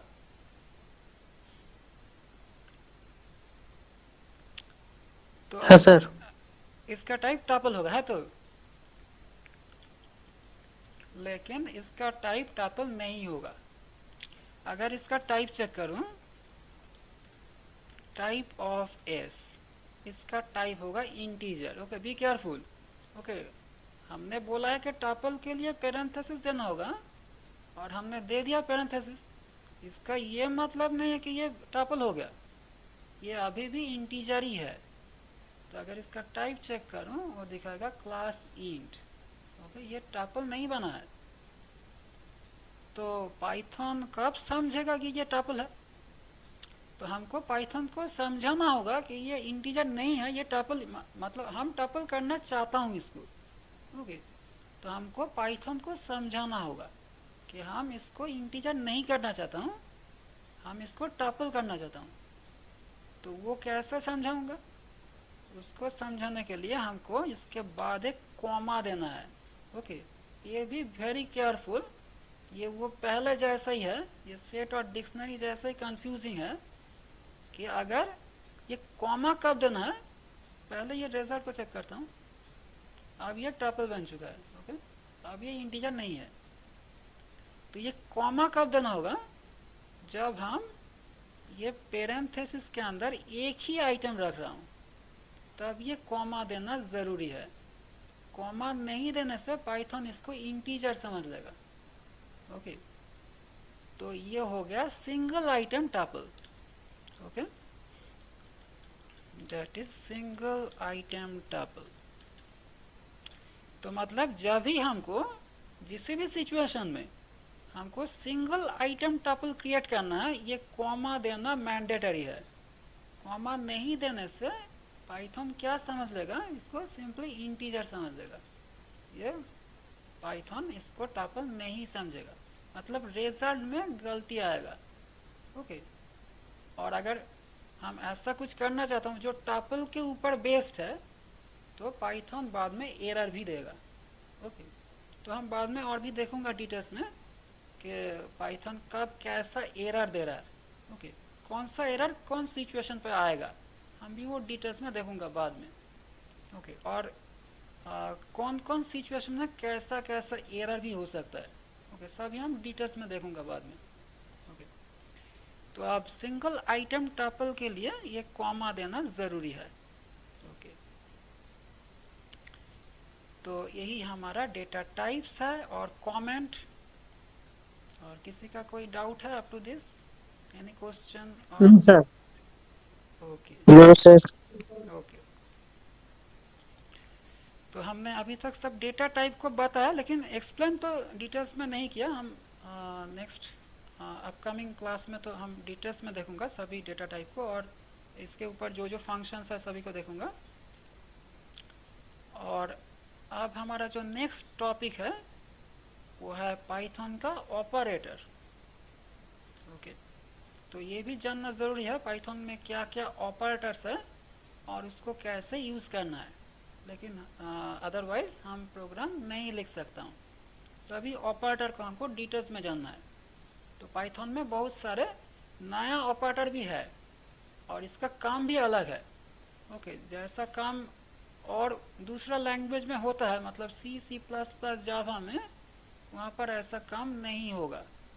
ओके, बहुत सारे अलग सा काम भी होगा, तो उसका डिफरेंस भी हमको जानना है। तो हम शुरू करते हैं पाइथन का ऑपरेटर्स। ओके, तो यहाँ पर भी ऑपरेटर्स को हम कुछ कैटेगरी में डिवाइड किया है। तो पहला जो कैटेगरी है वो है एरिथमेटिक ऑपरेटर्स। तो यहाँ पर 7 ऑपरेटर है एरिथमेटिक ऑपरेटर के अंडर में। पहला जो है वो है प्लस, ये तो हम ऑलरेडी यूज़ कर चुका हूँ, प्लस से हम ऐड करता हूँ। और second is minus for subtraction, and third is asterisk, multiplication करने के लिए। मतलब यहाँ पर अगर से x इक्वल टू 10 लेता हूँ और y equals to 20, z equals to x star y, मतलब x एंड y मल्टीप्लाई हो जाएगा। और प्रिंट अगर z करूँ तो z का वैल्यू 200 आएगा, मल्टीप्लिकेशन प्रोडक्ट। ओके, तो यहाँ तक तो कुछ नया नहीं है। और इसके बाद जो डिवीजन है, यहाँ पर यही दूसरा लैंग्वेज के साथ यहाँ पर कुछ अलग सा ऑपरेटर है। तो पाइथन में 2 टाइप का डिवीजन होता है। सभी लैंग्वेज में तो एक ही टाइप का डिवीजन होता है, लेकिन पाइथन में 2 टाइप का डिवीजन होता है। पहले को बोलता हूँ ट्रू डिवीजन। ये जो स्लैश है, तो सभी लैंग्वेज में तो स्लैश ही होता है, तो इसको बोलता हूँ ट्रू डिवीजन। और एक डबल स्लैश भी है, ये एक नया ऑपरेटर है पाइथन का, इसको बोलता हूँ फ्लोट डिवीजन। तो ये दोनों में फ़र्क क्या है, ये ट्रू डिवीजन, फ्लोट डिवीजन। तो ट्रू डिवीजन का रिजल्ट हमेशा फ्लोटिंग पॉइंट में आएगा और फ्लोट डिवीजन का रिजल्ट हमेशा इंटीजर में आएगा। तो पहले रिजल्ट को चेक करता हूँ, उसके बाद डिटेल्स में समझा रहा हूँ इस दोनों का डिफरेंस क्या है। तो पहले सपोज हमने 10 एंड 20 लिया है x एंड y का वैल्यू। अब यहाँ पर लेता हूँ x बाई y। तो यहाँ पर हमेशा रिजल्ट फ्लोटिंग पॉइंट में आएगा। मतलब सपोज हम 5/2 ही करता हूँ, समझने के लिए आसान हो जाएगा। तो 5/2 आएगा 2.5। ओके, ऑटोमेटिकली फ्लोटिंग पॉइंट में आएगा। लेकिन कोई दूसरा लैंग्वेज अगर किसी का किया है पहले से, सी सी प्लस प्लस और जावा में, वहाँ पर तो रिजल्ट हमेशा इंटीजर में ही आता है ऐसा करने से। तो एनीवे, हम तो अभी पाइथन कर रहा हूँ, तो यहाँ पर ये रिजल्ट 2.5 आएगा। ओके, तो अब अगर यहाँ पर डबल स्लैश दे दूँ तो अब ये रिजल्ट इंटीजर हो जाएगा। मतलब ये 0.5 यहाँ से हट जाएगा, सिर्फ 2 आएगा। ओके, सिर्फ हो गया 2। तो इसका मतलब सभी समझेगा कि ये इंटीजर डिवीजन हो रहा है। तो ये एक तरह से इंटीजर डिवीजन ही है, एक टाइप ऑफ इंटीजर डिवीजन, लेकिन इसका नाम है फ्लोट डिवीजन। तो ऐसा नाम क्यों रखा गया, इसका नाम फ्लोट डिवीजन क्यों हुआ? तो इसको समझने के लिए हमको पहले समझना होगा कि फ्लोट क्या होता है। तो मैथमेटिक्स में फ्लोट नाम का एक ऑपरेशन होता है। तो इसको समझने के लिए हमको मैथ जो मॉड्यूल है पाइथन का, उसको इंपोर्ट करना होगा। तो इंपोर्ट मैथ। तो मैथ मॉड्यूल के अंदर फ्लोट नाम का एक फंक्शन है। तो अगर मैथ मॉड्यूल के अंदर जाऊं, कंट्रोल दबाकर अगर इसके ऊपर क्लिक करूं, तो ये हमको ले जाएगा math.py मैथ मॉड्यूल के अंदर। और इसके अंदर हम देख सकता हूँ कि मैथ रिलेटेड जितना फंक्शन है और वेरिएबल्स है, ये सभी इसके अंदर है। मतलब ये infinity, not a number, pi, okay, tau, और ये जो फंक्शंस है, ये सभी फंक्शंस इसके अंदर है। और इसके अंदर ये सीलिंग एंड इसके नीचे है फ्लोर, वो भी फंक्शन है यहाँ पर। Okay, factorial and floor. Okay, तो अभी हमको ये फ्लोर फंक्शन को यूज़ करना है। तो ये फ्लोर क्या करता है, यहाँ पर लिखा हुआ है return the floor of x as an integral, मतलब ये रिजल्ट को इंटीजर पे रिटर्न करता है, रिजल्ट हमेशा इंटीजर ही होगा। और दूसरा जो लिखा है, दूसरा पॉइंट, यही हमको यूज़ करना है कि this is the largest integer less than और इक्वल टू एक्स। ओके, तो इसका मतलब क्या, लार्जेस्ट इंटीजर लेस देन और इक्वल टू एक्स, मतलब हमारे प्रोग्राम पे जो हो रहा है कि 5/2 इसको डिवाइड करने से तो 2.5 आ रहा है। ओके, 2.5। तो पाइथन फ्लोर में क्या करेगा, ऐसा नंबर को ढूंढेगा जो इससे छोटा है। ओके, लेस देन होना चाहिए, और इक्वल टू भी हो सकता है, यहाँ पर तो इक्वल टू भी लिखा हुआ है, लेस देन और इक्वल टू, लेकिन वो इक्वल टू नहीं करेगा, क्योंकि अगर इक्वल टू किया तो ये तो पॉइंट में आ जाएगा 2.5, ऐसा तो नहीं होना है, रिजल्ट तो हमेशा इंटीजर ही होना है। तो इसीलिए अभी वो इक्वल टू अप्लाई नहीं करेगा, वो हमेशा लेस देन ही अप्लाई करेगा, ये तो पहली बात है। और लेस देन 2.5 करने से क्या आ सकता है, बहुत कुछ आ सकता है। ओके, 2.5 से तो कम तो बहुत नंबर है, लेकिन वो ऐसा नंबर ढूंढेगा जो इसका नज़दीक है, मतलब इसका नियरेस्ट, मतलब हमारा जो यहाँ पर जो मेन जो बात है वो है नियरेस्ट होल नंबर। हम एक साथ वन वर्ड अगर कहूँ तो इसका मतलब है नियरेस्ट होल नंबर, ऐसा नंबर को वो ढूंढेगा। ओके, मतलब जो नंबर इसका नज़दीक है, इसके सबसे नियरेस्ट है, और जो क्या होल नंबर है, मतलब इंटीजर है। ओके, तो वो कैसा नंबर हो सकता है, कौन सा नंबर है जो इससे छोटा है और इससे नज़दीक भी है और इंटीजर भी है। ओके, 2. हाँ एग्जैक्टली, वो है 2 जो अभी दिखा रहा है। ओके, तो इसीलिए रिजल्ट हुआ 2। ओके, तो इसीलिए रिजल्ट आ रहा है 2। तो अब अगर हम ऐसा करूं कि ये फ्लोर को हटाकर हम ऐसा भी लिख सकता हूं यहाँ पर कि यहाँ पर पाइथन में एक फंक्शन भी है जिसका नाम है इंट। इंट नाम का एक फंक्शन भी है। तो इसका काम क्या कि रिजल्ट को इंटीजर में कन्वर्ट करना। ओके, यही इंट फंक्शन का काम है। तो अगर हमने ऐसा लिख रहा हूँ कि इंट x/y, तो इसका रिजल्ट भी 2 ही आएगा, क्योंकि इसका मतलब क्या हो जाएगा कि इंट ऑफ 2.5।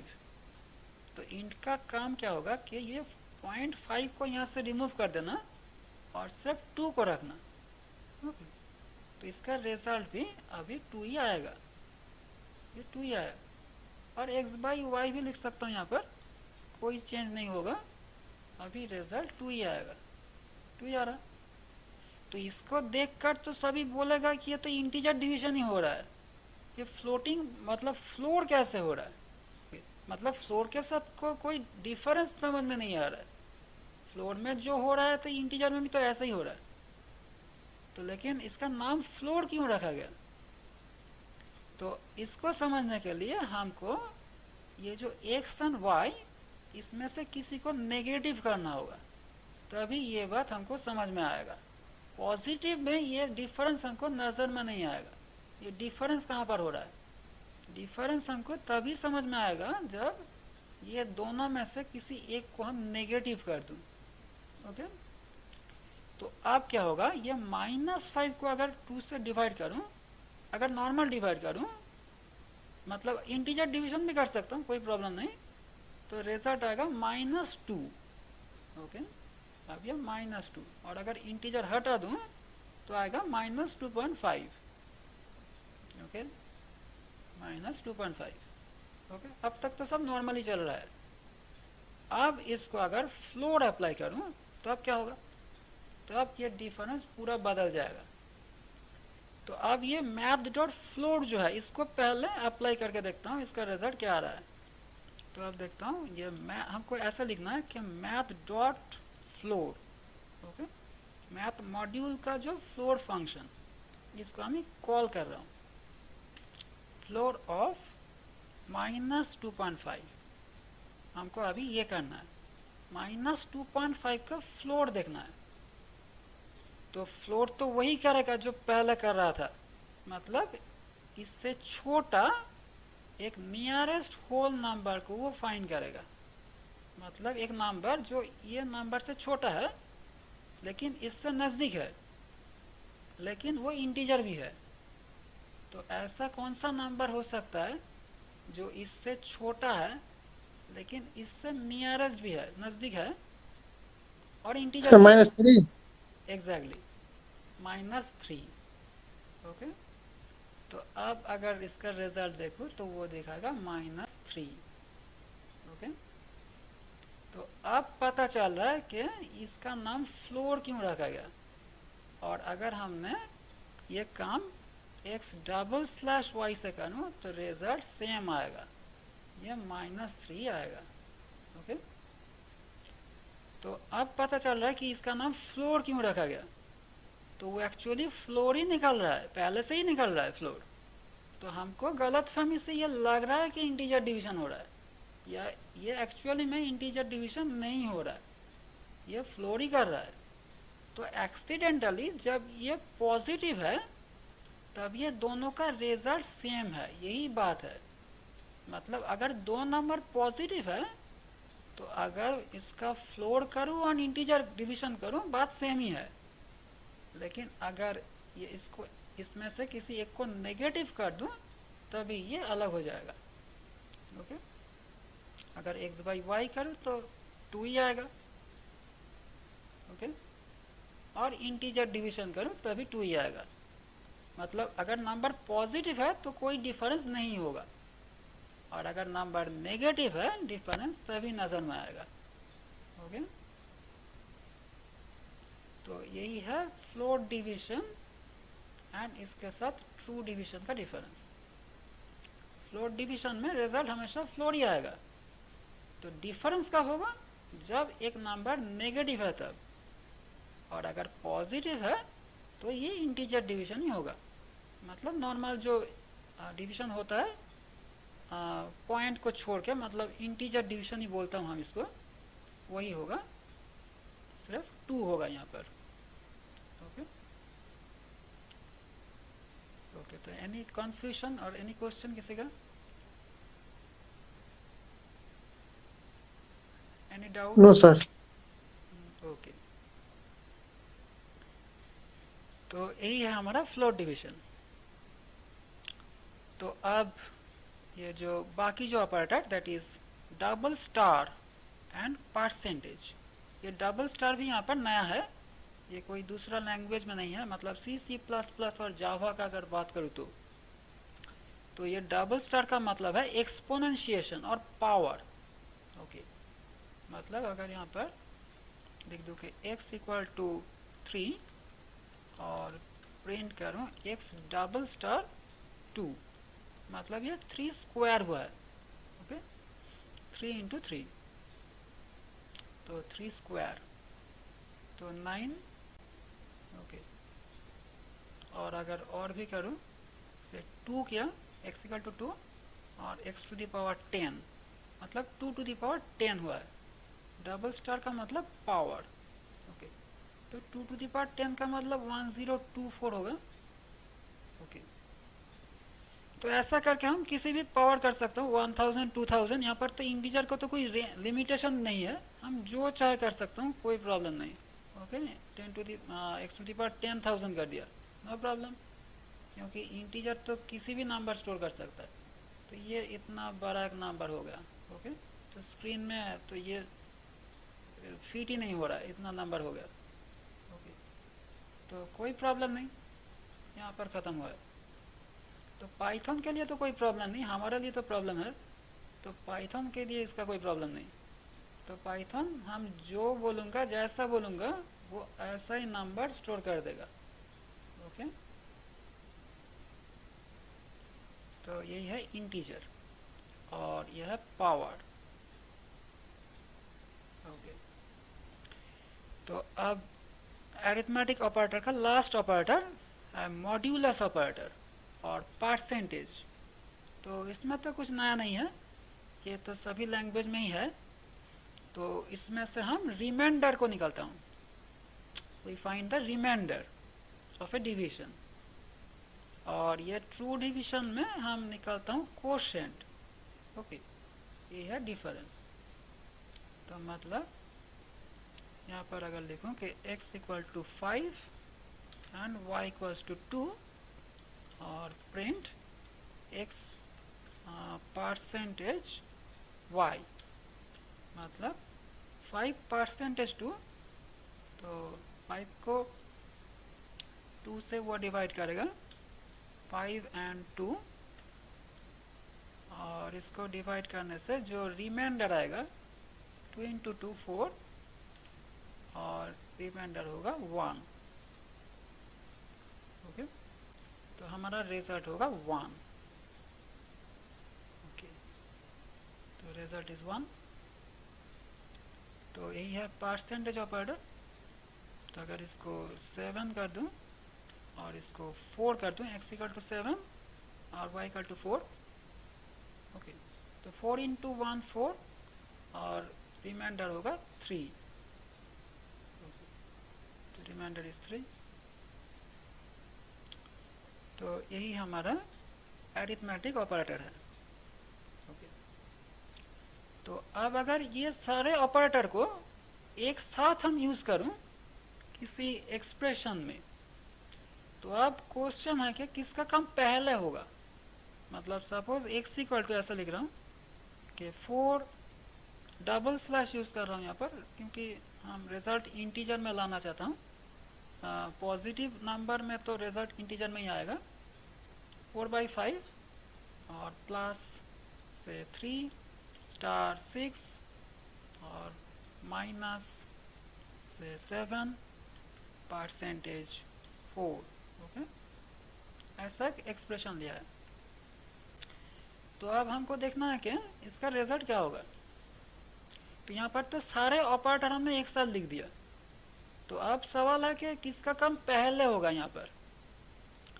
तो इसको समझने के लिए हमको देखना है कि पाइथन का जो अरिथमेटिक ऑपरेटर्स है, इसका प्रीसीडेंस क्या है। प्रीसीडेंस ऑफ अरिथमेटिक ऑपरेटर, मतलब अगर सभी ऑपरेटर एक साथ लिख दूं, तो पावर हमने नहीं लिखा है, तो इसको भी लिख देता हूँ। ओके, 4 डबल स्टार 2 कर दिया। ओके, पावर भी ऐड कर दिया। तो अब सवाल है कि किसका काम पहले होगा। तो इसको सॉल्व करने के लिए हमारे पास जो रूल है वो है प्रीसीडेंस रूल। तो वहाँ पर है कि डबल स्टार का काम पहले होगा, ये नंबर 1 लेवल में है। और सेकेंड लेवल में है स्लैश, मतलब ट्रू डिवीजन, और फ्लोट डिवीजन, और स्टार मतलब एस्टेरिस्क, एंड परसेंटेज। ये चारों हैं सेकेंड लेवल में। ओके, और लास्ट लेवल में है प्लस एंड माइनस, मतलब ये डबल स्टार का काम पहले होगा। तो ये डबल स्टार का काम पहले कर देता हूँ, ये कमेंट में लिखता हूँ x इक्वल टू, ये पहले जो था वो तो पहले रहेगा। ओके, इतना तक लिख देता हूँ। और 4 डबल स्टार 2 मतलब 4 स्क्वायर मतलब 16, ये पहले हम कर दिया। और इसके बाद किसका काम होगा। इसके बाद ये चारों ऑपरेटर, ये जो slash, double slash, star, slash तो हमने नहीं लिखा है, double slash, star and percentage, ये तीनों का तो प्रेसिडेंस सेम है। तो अब सवाल है कि ये तीनों के बीच में किसका काम पहले होगा, क्योंकि तीनों का ही तो प्रेसिडेंस सेम है। तो इसको सॉल्व करने के लिए और एक रूल है यहाँ पर, उसको कहते हैं कि एसोसिएटिविटी रूल। तो ये किस लिए है कि ये इसलिए कि जिसका प्रेसिडेंस सेम है उसके बीच में किसका काम पहले होगा, इसको सॉल्व करने के लिए यह है एसोसिएटिविटी रूल। ओके, ये दोनों रूल में से डिफरेंस क्या है, precedence and associativity. Precedence rule applicable है सारे ऑपरेटर के लिए। सभी ऑपरेटर अगर एक साथ है मतलब डिफरेंट प्रायोरिटी का ऑपरेटर्स अगर एक साथ है, उसमें से किसका काम पहले होगा, इसको सॉल्व करने के लिए। और एसोसिएटिविटी रूल किसके लिए, जिसका प्रायोरिटी सेम है, उसमें से किसका काम पहले होगा, इसको सॉल्व करने के लिए। यही है डिफरेंस। तो एरिथमेटिक ऑपरेटर का जो एसोसिएटिविटी है, ये डबल स्टार को छोड़ के वो है लेफ्ट टू राइट। ओके, मतलब ये पहला वाला का छोड़ के ये दूसरा तीसरा के लिए जो एसोसिएटिविटी है वो है क्या, लेफ्ट टू राइट। मतलब जो लेफ्ट साइड में है उसका काम पहले होगा और जो राइट साइड में है उसका काम बाद में होगा। और ये जो पहला वाला डबल स्टार, इसका एसोसिएटिविटी क्या है, यह है राइट टू लेफ्ट। ओके, ये दोनों अलग है। मतलब डबल स्टार के लिए राइट साइड में जो पहले है उसका काम पहले होगा और लेफ्ट साइड में जो है उसका काम बाद में होगा। ओके, तो यहाँ पर तो हमने एक ही स्टार लिया है, इसके लिए कुछ समझ में नहीं आएगा, हम बाद में देखता हूँ इसको कि ये कैसे होगा। यहाँ पर तो एक ही स्टार है, डबल स्टार है। ओके, तो ये तो हम पहले कर चुका हूँ और ये राइट टू लेफ्ट वाला जो है ये हम बाद में देख रहा हूँ। तो अभी जो बाकी जो ऑपरेटर्स, ये जो float, division, star and percentage, इसमें से कौन सा काम पहले होगा, लेफ्ट साइड में जो है, मतलब ये फ्लोट डिवीजन, इसका काम पहले होगा। तो मतलब 4/5 इंटीजर डिवीजन होगा यहाँ पर। तो 4/5 क्या होगा रिजल्ट, इसको अगर यहाँ पर करूँ तो 4 यहाँ पर और 5 यहाँ पर। ओके, तो 5 इंटू 0 0, मतलब हमको तो क्वोशंट चाहिए, क्वोशंट है 0। ओके, तो यहाँ पर बहुत कुछ सोचने का ज़रूरत नहीं। अगर ये जो लेफ्ट साइड वाला पार्ट ये छोटा है राइट साइड वाला से, ये ऑटोमेटिक 0 होगा। ओके, ज़्यादा सोचने का कोई ज़रूरत नहीं। ये लेफ्ट साइड वाला पार्ट अगर छोटा है तो हम आंखें बंद कर ये इसको 0 लिख सकता हूँ। ओके, और अब प्लस, और ये 3 इंटू स्टार, ये काम सेकेंड स्टेप में होगा, दैट इज 18 एंड माइनस, और ये 7% 16 अब होगा। तो यहाँ पर भी अगर ये लेफ्ट साइड वाला पार्ट छोटा है तो आंखें बंद कर हम उसी को लिख सकता हूँ, ज़्यादा सोचने का कोई ज़रूरत नहीं है। तो हम इसको भी यहाँ पर करके देख सकता हूँ कि ये 7 और यहाँ पर 16। ओके, और अगर यहाँ पर करूँ तो इसको तो 0 ही होगा। ओके, 16 इंटू 0 0, और इसका रिमाइंडर चाहिए हमको, रिमाइंडर तो 7 ही होगा। ओके, 7। ओके, मतलब यहाँ पर भी लेफ्ट साइड में जो है इसको हम यहाँ पर लिख सकता हूँ 7। तो अब ये प्लस एंड माइनस दोनों ऑपरेटर है, यहाँ पर भी एसोसिएटिविटी है लेफ्ट टू राइट। मतलब यहाँ पर तो 0 है, इसको तो हम हटा सकता हूँ, तो एक ही ऑपरेटर बचा है 18 minus 7। Okay, that is 11। Okay, okay, तो अब रिजल्ट होगा 11। अगर x को देखो, that is print x। Okay, तो अब ये रिजल्ट 11। तो ऐसा करके हमको इंटरनली, ये तो कैलकुलेशन तो पाइथन ही करेगा, इंटरनली अगर हम करना चाहता हूँ तो ऐसे करके हमको सॉल्व करना होगा। ओके, एनी डाउट किसी का? No, sir. No sir. Okay, तो ठीक है। तो आज के लिए ये अरिथमेटिक ऑपरेटर हमने किया, तो हम नेक्स्ट क्लास में बाकी ऑपरेटर